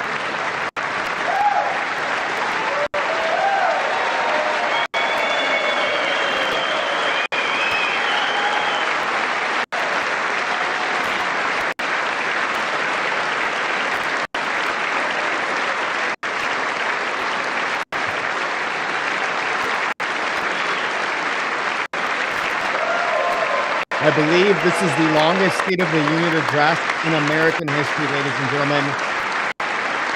Thank you for enjoying this piece of history with us on America's 250th anniversary. Thank you, Enrique. Have a good time. Nice to have you back, Enrique. There were many heroes on that January raid to capture Maduro, really great heroes. It was very dangerous. They knew we were coming. They were all set. But the deeds of one warrior that night will live forever in the eternal chronicles of military valor. Chief Warrant Officer 5, Eric Slover, planned the mission and was the flight lead in the cockpit of the first helicopter. A big, beautiful, powerful helicopter. It was a massive Chinook carrying, as you can imagine, many, many American warfighters. Wearing the dog tags, his wife Amy had blessed with holy water before he left. She knew it was going to be a rough one. Eric steered the Chinook under the cover of night and descended swiftly upon Maduro's heavily protected military fortress. This was a major military installation, protected by thousands of soldiers and guarded by Russian and Chinese military technology. How did that work out? Not too good. While preparing to land, enemy machine guns fired from every angle, and Eric was hit very badly in the leg and hip, one bullet after another. He absorbed 4 agonizing shots, shredding his leg into numerous pieces. And yet, despite the fact that the use of his legs was vital to successful helicopter flight, legs are the most important part of flying a helicopter, to deliver the many commandos who would capture and detain Maduro was the only thing Eric was thinking about. Then, even as he was gushing blood, which was flowing back down the aisle, helicopter lands at a steep angle. The machine gun stood right in front of him. They were right in front of him, two machine gunners who escaped the wrath of the previous planes. Eric maneuvered his helicopter with all of those lives and souls to face the enemy and let his gunners eliminate the threat. Turned the helicopter around so the gunners could take care of business, saving the lives of his fellow warriors from what could have been a catastrophic crash deep in enemy territory. Only after safely landing the helicopter with all the warriors aboard in the exact right spot, which was vital to the mission. We probably would have had to maybe cancel the mission if that didn't happen. Eric told his co-pilot, also wounded, but not as gravely, to take over. I'm about ready to pass out. The success of the entire mission and the lives of his fellow warriors hinge on Eric's ability to take the searing pain. It was unbelievable what's happened to his legs of the bullets and keep on flying and landing, and people knew what was happening. Everybody in the back of the helicopter knew because they saw the blood pouring down the aisle. Chief Warrant Officer Slover is still recovering from his serious wounds, but I'm thrilled to say that he is here tonight with his wife Amy. Eric and Amy, come on in.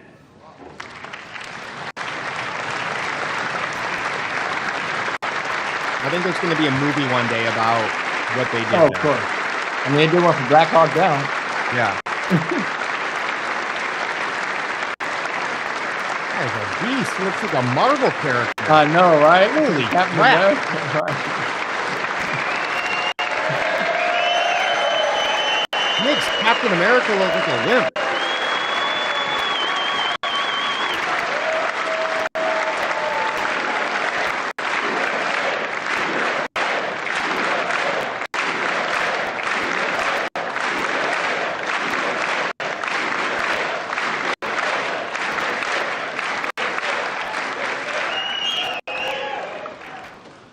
So we have a surprise for Eric and Amy. In recognition of Eric's actions above and beyond the call of duty, I would now like to ask General Jonathan Braga to present Chief Warrant Officer Slover with our nation's highest military award, the Congressional Medal of Honor.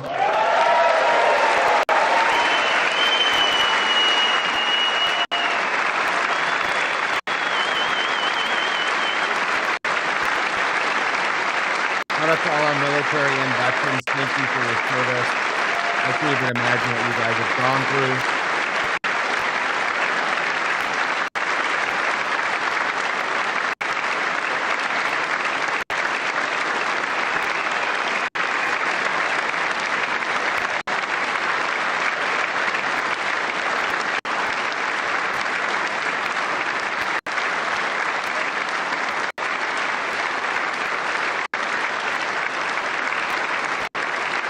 He's got to be 6'5", bro.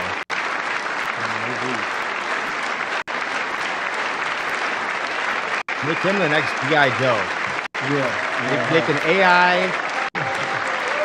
series with that guy. What a stud. Thank God for our military.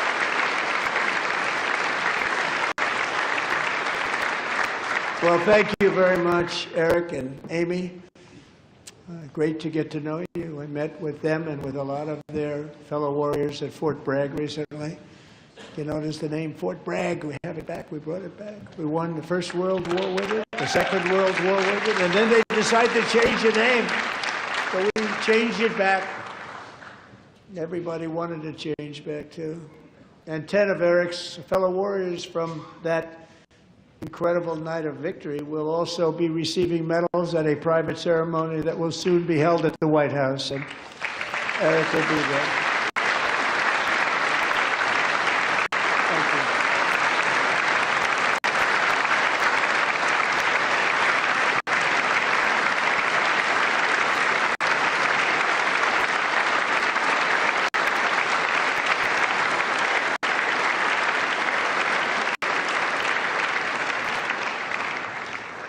Thank you, Eric.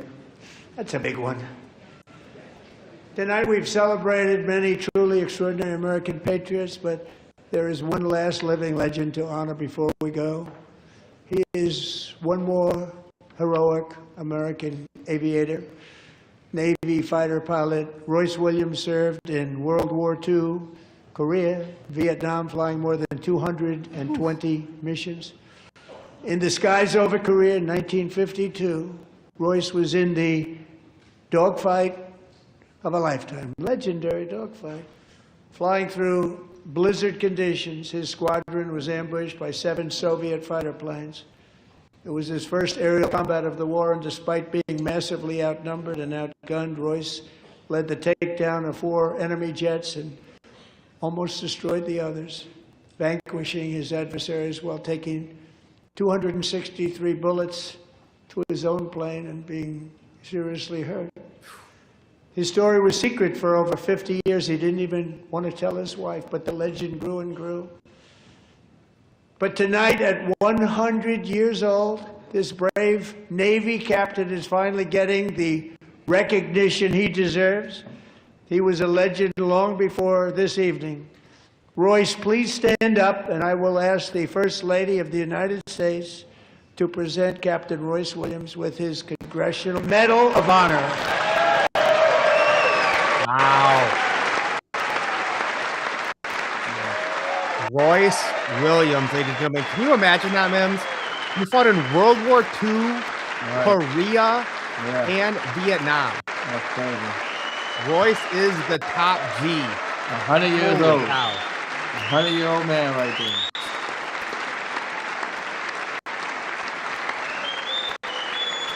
Thank God we have men like that. Thank you, Royce, for your service, sir. I can't even imagine.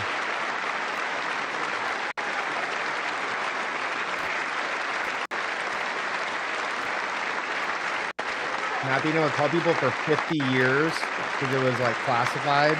Right. That's crazy.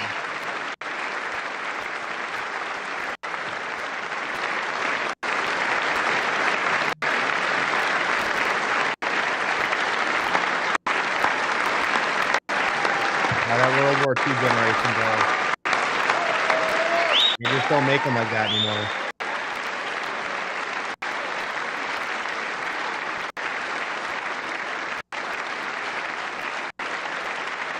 Thank you, Royce, and every man from that generation, everyone who served. We would not be here without you.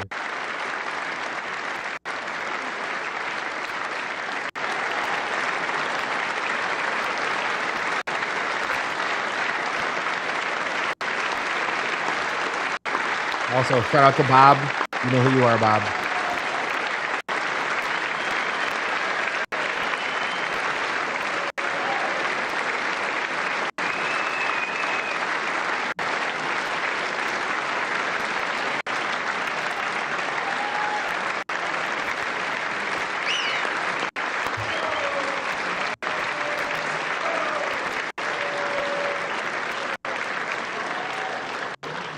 Thank you, Royce, and thank you, Eric. I've always wanted the Congressional Medal of Honor, but I was informed I'm not allowed to give it to myself, and I wouldn't know why I'd be taking it, but if they ever open up that law, I will be there with you someday. But you know, that's our highest honor, Congressional Medal of Honor, and that's a big thing, and it's an honor to be in the same room with you. Thank you both very much, Eric. Thank you.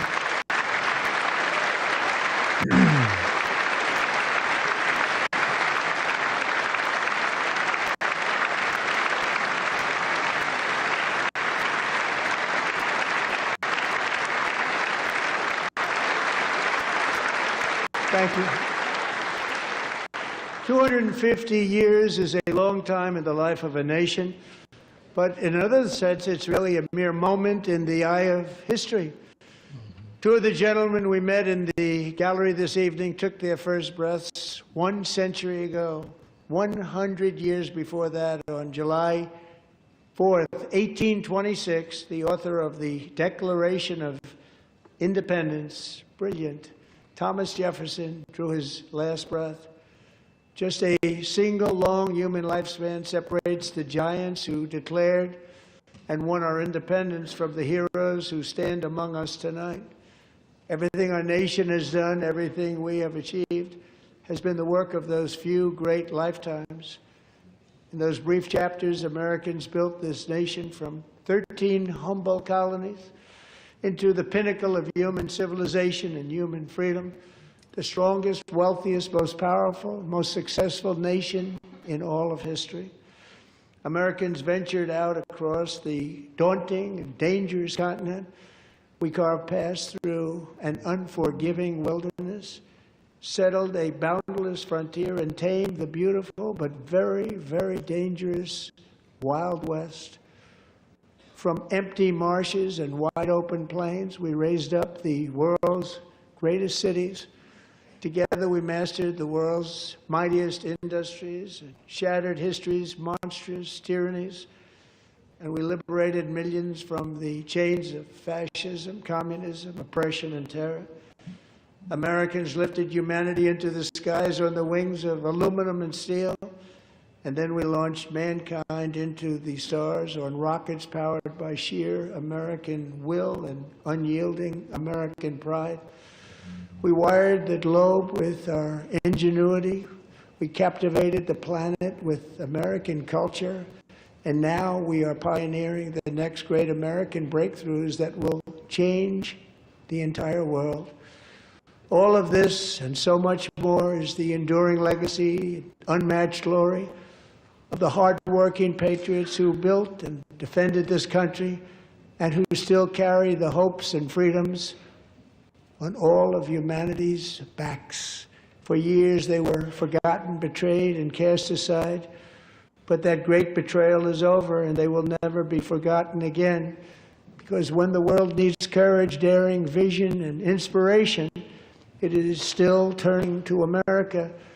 And when God needs a nation to work his miracles, he knows exactly who to ask.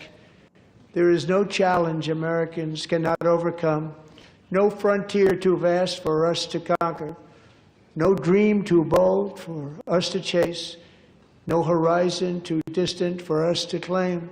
For our destiny is written by the hand of providence, and these first 250 years were just the beginning. From the rugged border towns of Texas to the heartland villages of Michigan, from the sun-kissed shores of Florida to the endless fields of the Dakotas, and from the historic streets of Philadelphia to right here in our nation's capital, Washington, D.C., the golden age of America is upon us. The revolution that began in 1776 has not ended. It still continues because the flame of liberty and independence still burns in the heart of every American patriot.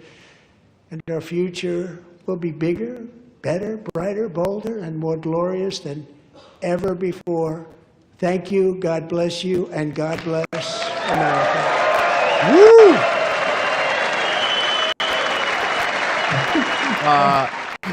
By far, breaking the record for the longest State of the Union address, speaking for an hour and 47 minutes. He framed the first year of his second term as a string of victories, even as polls show deep unease about the country's direction. He spent the first part of the speech really touting his economic policies. Then, all right, we don't care, PBS. Right. Yeah, the longest State of the Union address before that was Bill Clinton, January 27th, 2000, an hour and 28 minutes. The last State of the Union in the 20th century. Trump beat him by, I don't know, 15, 16 minutes. But Mims, there's just like three things I want to hit on before we let people go tonight. Yeah.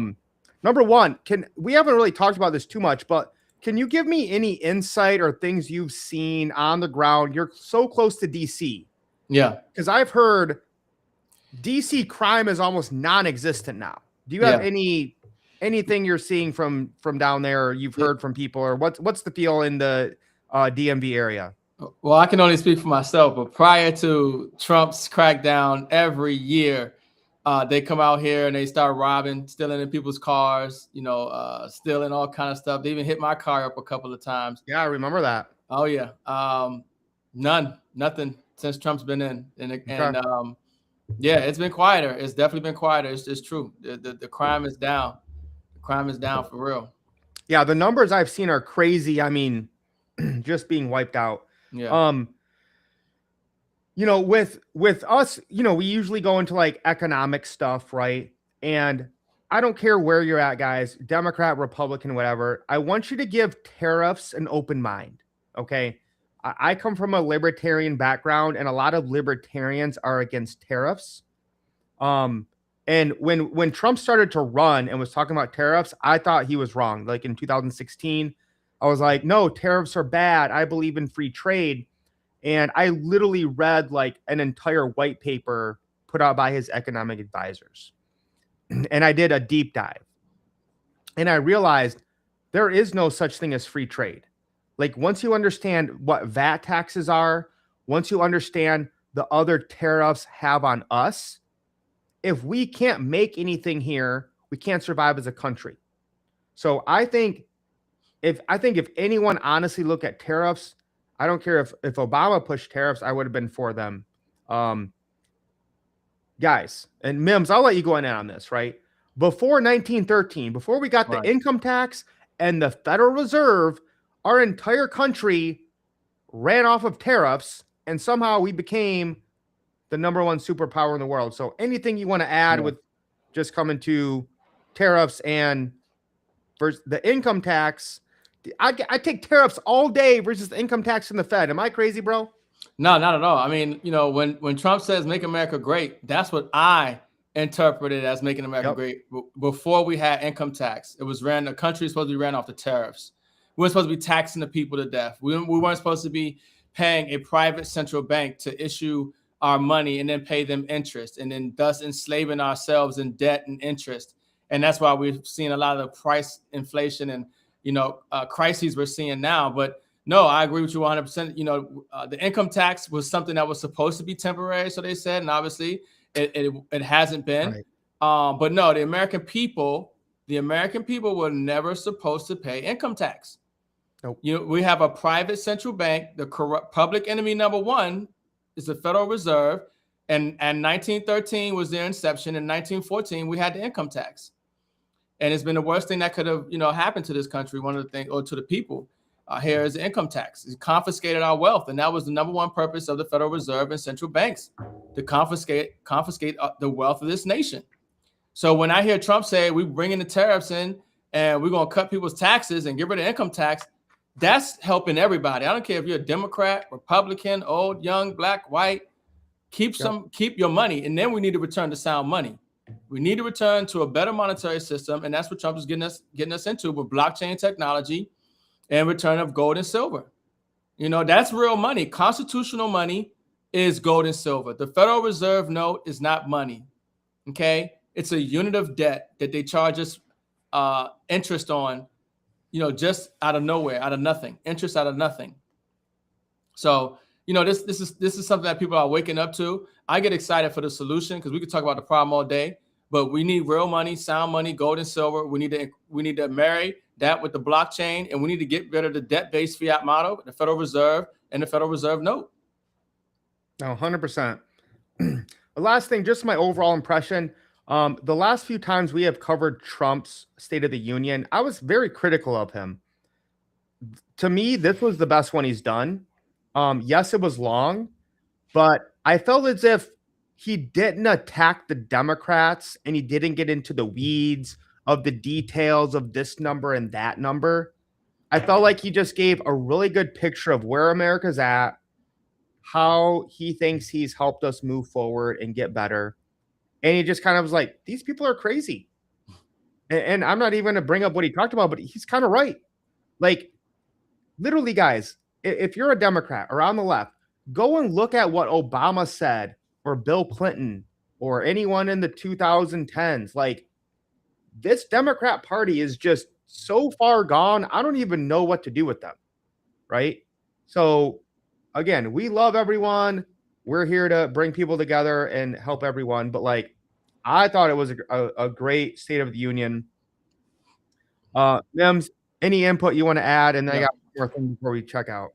Okay. Yeah, no, I mean, he did a great job on the speech. You know, he looked good, looked strong, you know what I'm saying? Was up there for almost 2 hours talking. You know, he touched on a lot of great topics, exposed, you know what I'm saying, a lot of people in the same time. I think it was a great speech. Very entertaining as always. That's what you're going to get from Donald Trump. You know what I mean? So, and again, my biggest takeaway is like, listen, if you disagree with Trump and his policies, I get it. But I have never seen a president or even a person care about people so much. Like, he really focuses on helping people and knowing their stories. Love them or hate them, I don't know how you can deny that. The last thing that I think is huge, Mims, is the Trump accounts. To me, if you want to wipe off everything Trump did and you hate him, you think he's racist, you think he's Hitler incarnate, the Trump accounts, Mims, think about that. Every citizen born in America gets $1,000 to start an investment fund in some sort of, I'm sure it's some basic, stable S&P 500 type of thing. Bro, I used to like dream about this 10, 15, 20 years ago. I'm like, listen, instead of like having Social Security, instead of giving people welfare and social benefits their entire life, why don't we help them invest when they're young? Right? And again, that's what you and I talk about all the time of like people, wherever you're at, you don't need $10,000 to start investing. You can start buying silver with $5. You can start buying Bitcoin or XRP with $5 a week. It doesn't matter. But investing in your future. So I think this Trump account could really change lives, because think about it. Right now, Mims, people graduate from high school and they have nothing. And then a lot of people go to college and get into $100,000 of debt. And right away they're coming out of the gate, they're losing. It's game over. For most of the people, especially if you're in your 20s and 30s graduating today, it's game over. There's no way for you to win.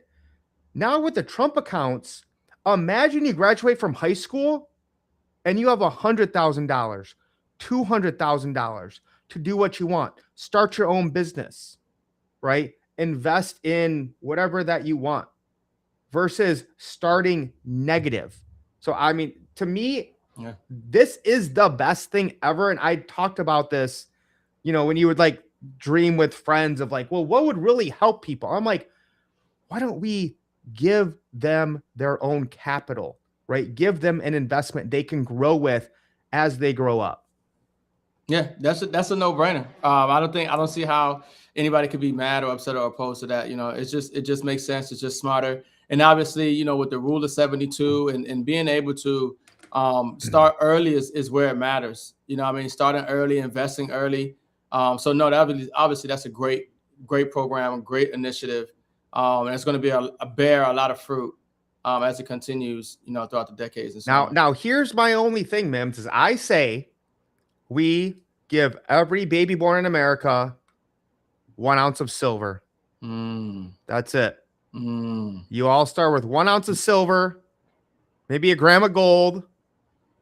And at this point, we can probably only give them like 0.001 Bitcoin, right? And then you could do your stock market thing. Yeah. Right. Yeah. That's a good point, because at the end of the day, nobody has money and you're not getting money because the dollar isn't money. Right. That's the first thing people have to understand. The dollar isn't money. It's a unit of debt. Now, if they gave you gold or silver, now they gave you some real money. Now they gave you some sovereignty with that. But something's better than nothing. We live in a debt-based model right now. But no, it's a great program, obviously, without a doubt. And last thing I'll say tonight, Mims, right? Democrats and a lot of people were saying, well, Mr. Trump, President Trump, what about affordability? Right? We've all lived through this massive inflation. Mims and I talk about all the time. Trillions of dollars have been created. I think almost 50% of all dollars that have ever existed in the world have been created in the last 6 years. More than right? that, yeah. Guys, it's not about that. Okay. It's about real money. All you have to do is take your dollars and buy real money. Yeah. So Mims, right here, I got 4 quarters that are pre-65. Yeah. These are 90% silver. So in 1964, the minimum wage was around $1 an hour. But it was backed by silver. There was silver in the quarters. Today, these 4 quarters. How much is it? $1? Where do we at here? We're at $89 for silver. I mean, I'm going to go conservative and say this is $60 in my hand. That's crazy. $60 an hour. So That's $1 an crazy. hour in 1964. If we still had real money, backed by real metals, $60 an hour. Can you imagine, Mims, how well people could live right now if you could go to a McDonald's or a gas station and get paid $60 an hour? It's an amazing point, and that's people really need to grasp the magnitude of what Mike just said and how powerful that is. But it's also a wake up call that you need to start getting real money ASAP, because what you're seeing is the devaluation of the dollar. You could put that in reverse.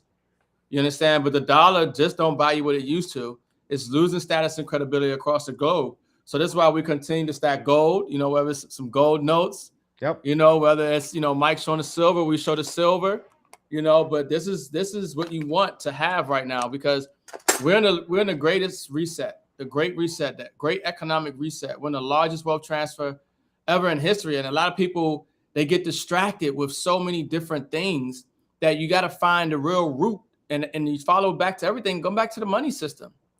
Doesn't matter what we're talking about. It's all about the money. And when you realize that what you call money isn't money, and if you understand that all fiat currencies go to zero, and United States dollar is no different, the Federal Reserve note is no different. It's a fiat currency. It will go to its intrinsic value. There's a reason we're seeing gold and silver take off the way they are. There's a reason we're seeing a rush to blockchain technology and classifying certain metals as strategic for the nation. People need to wake up to the monetary game and realize what's going on, because everything else is a distraction. Well, last thing I'll say, Mims, and I got to get somebody to pitch this to Trump about every baby that's born gets 1 ounce of silver. I know this is wild, Mims, but there is not enough silver in the world for everyone to own 3 ounces right now. Yeah. That's crazy. Yeah. If everyone tried to own 3 ounces of physical silver in the world, it would all vanish. So, guys, it's not about how much.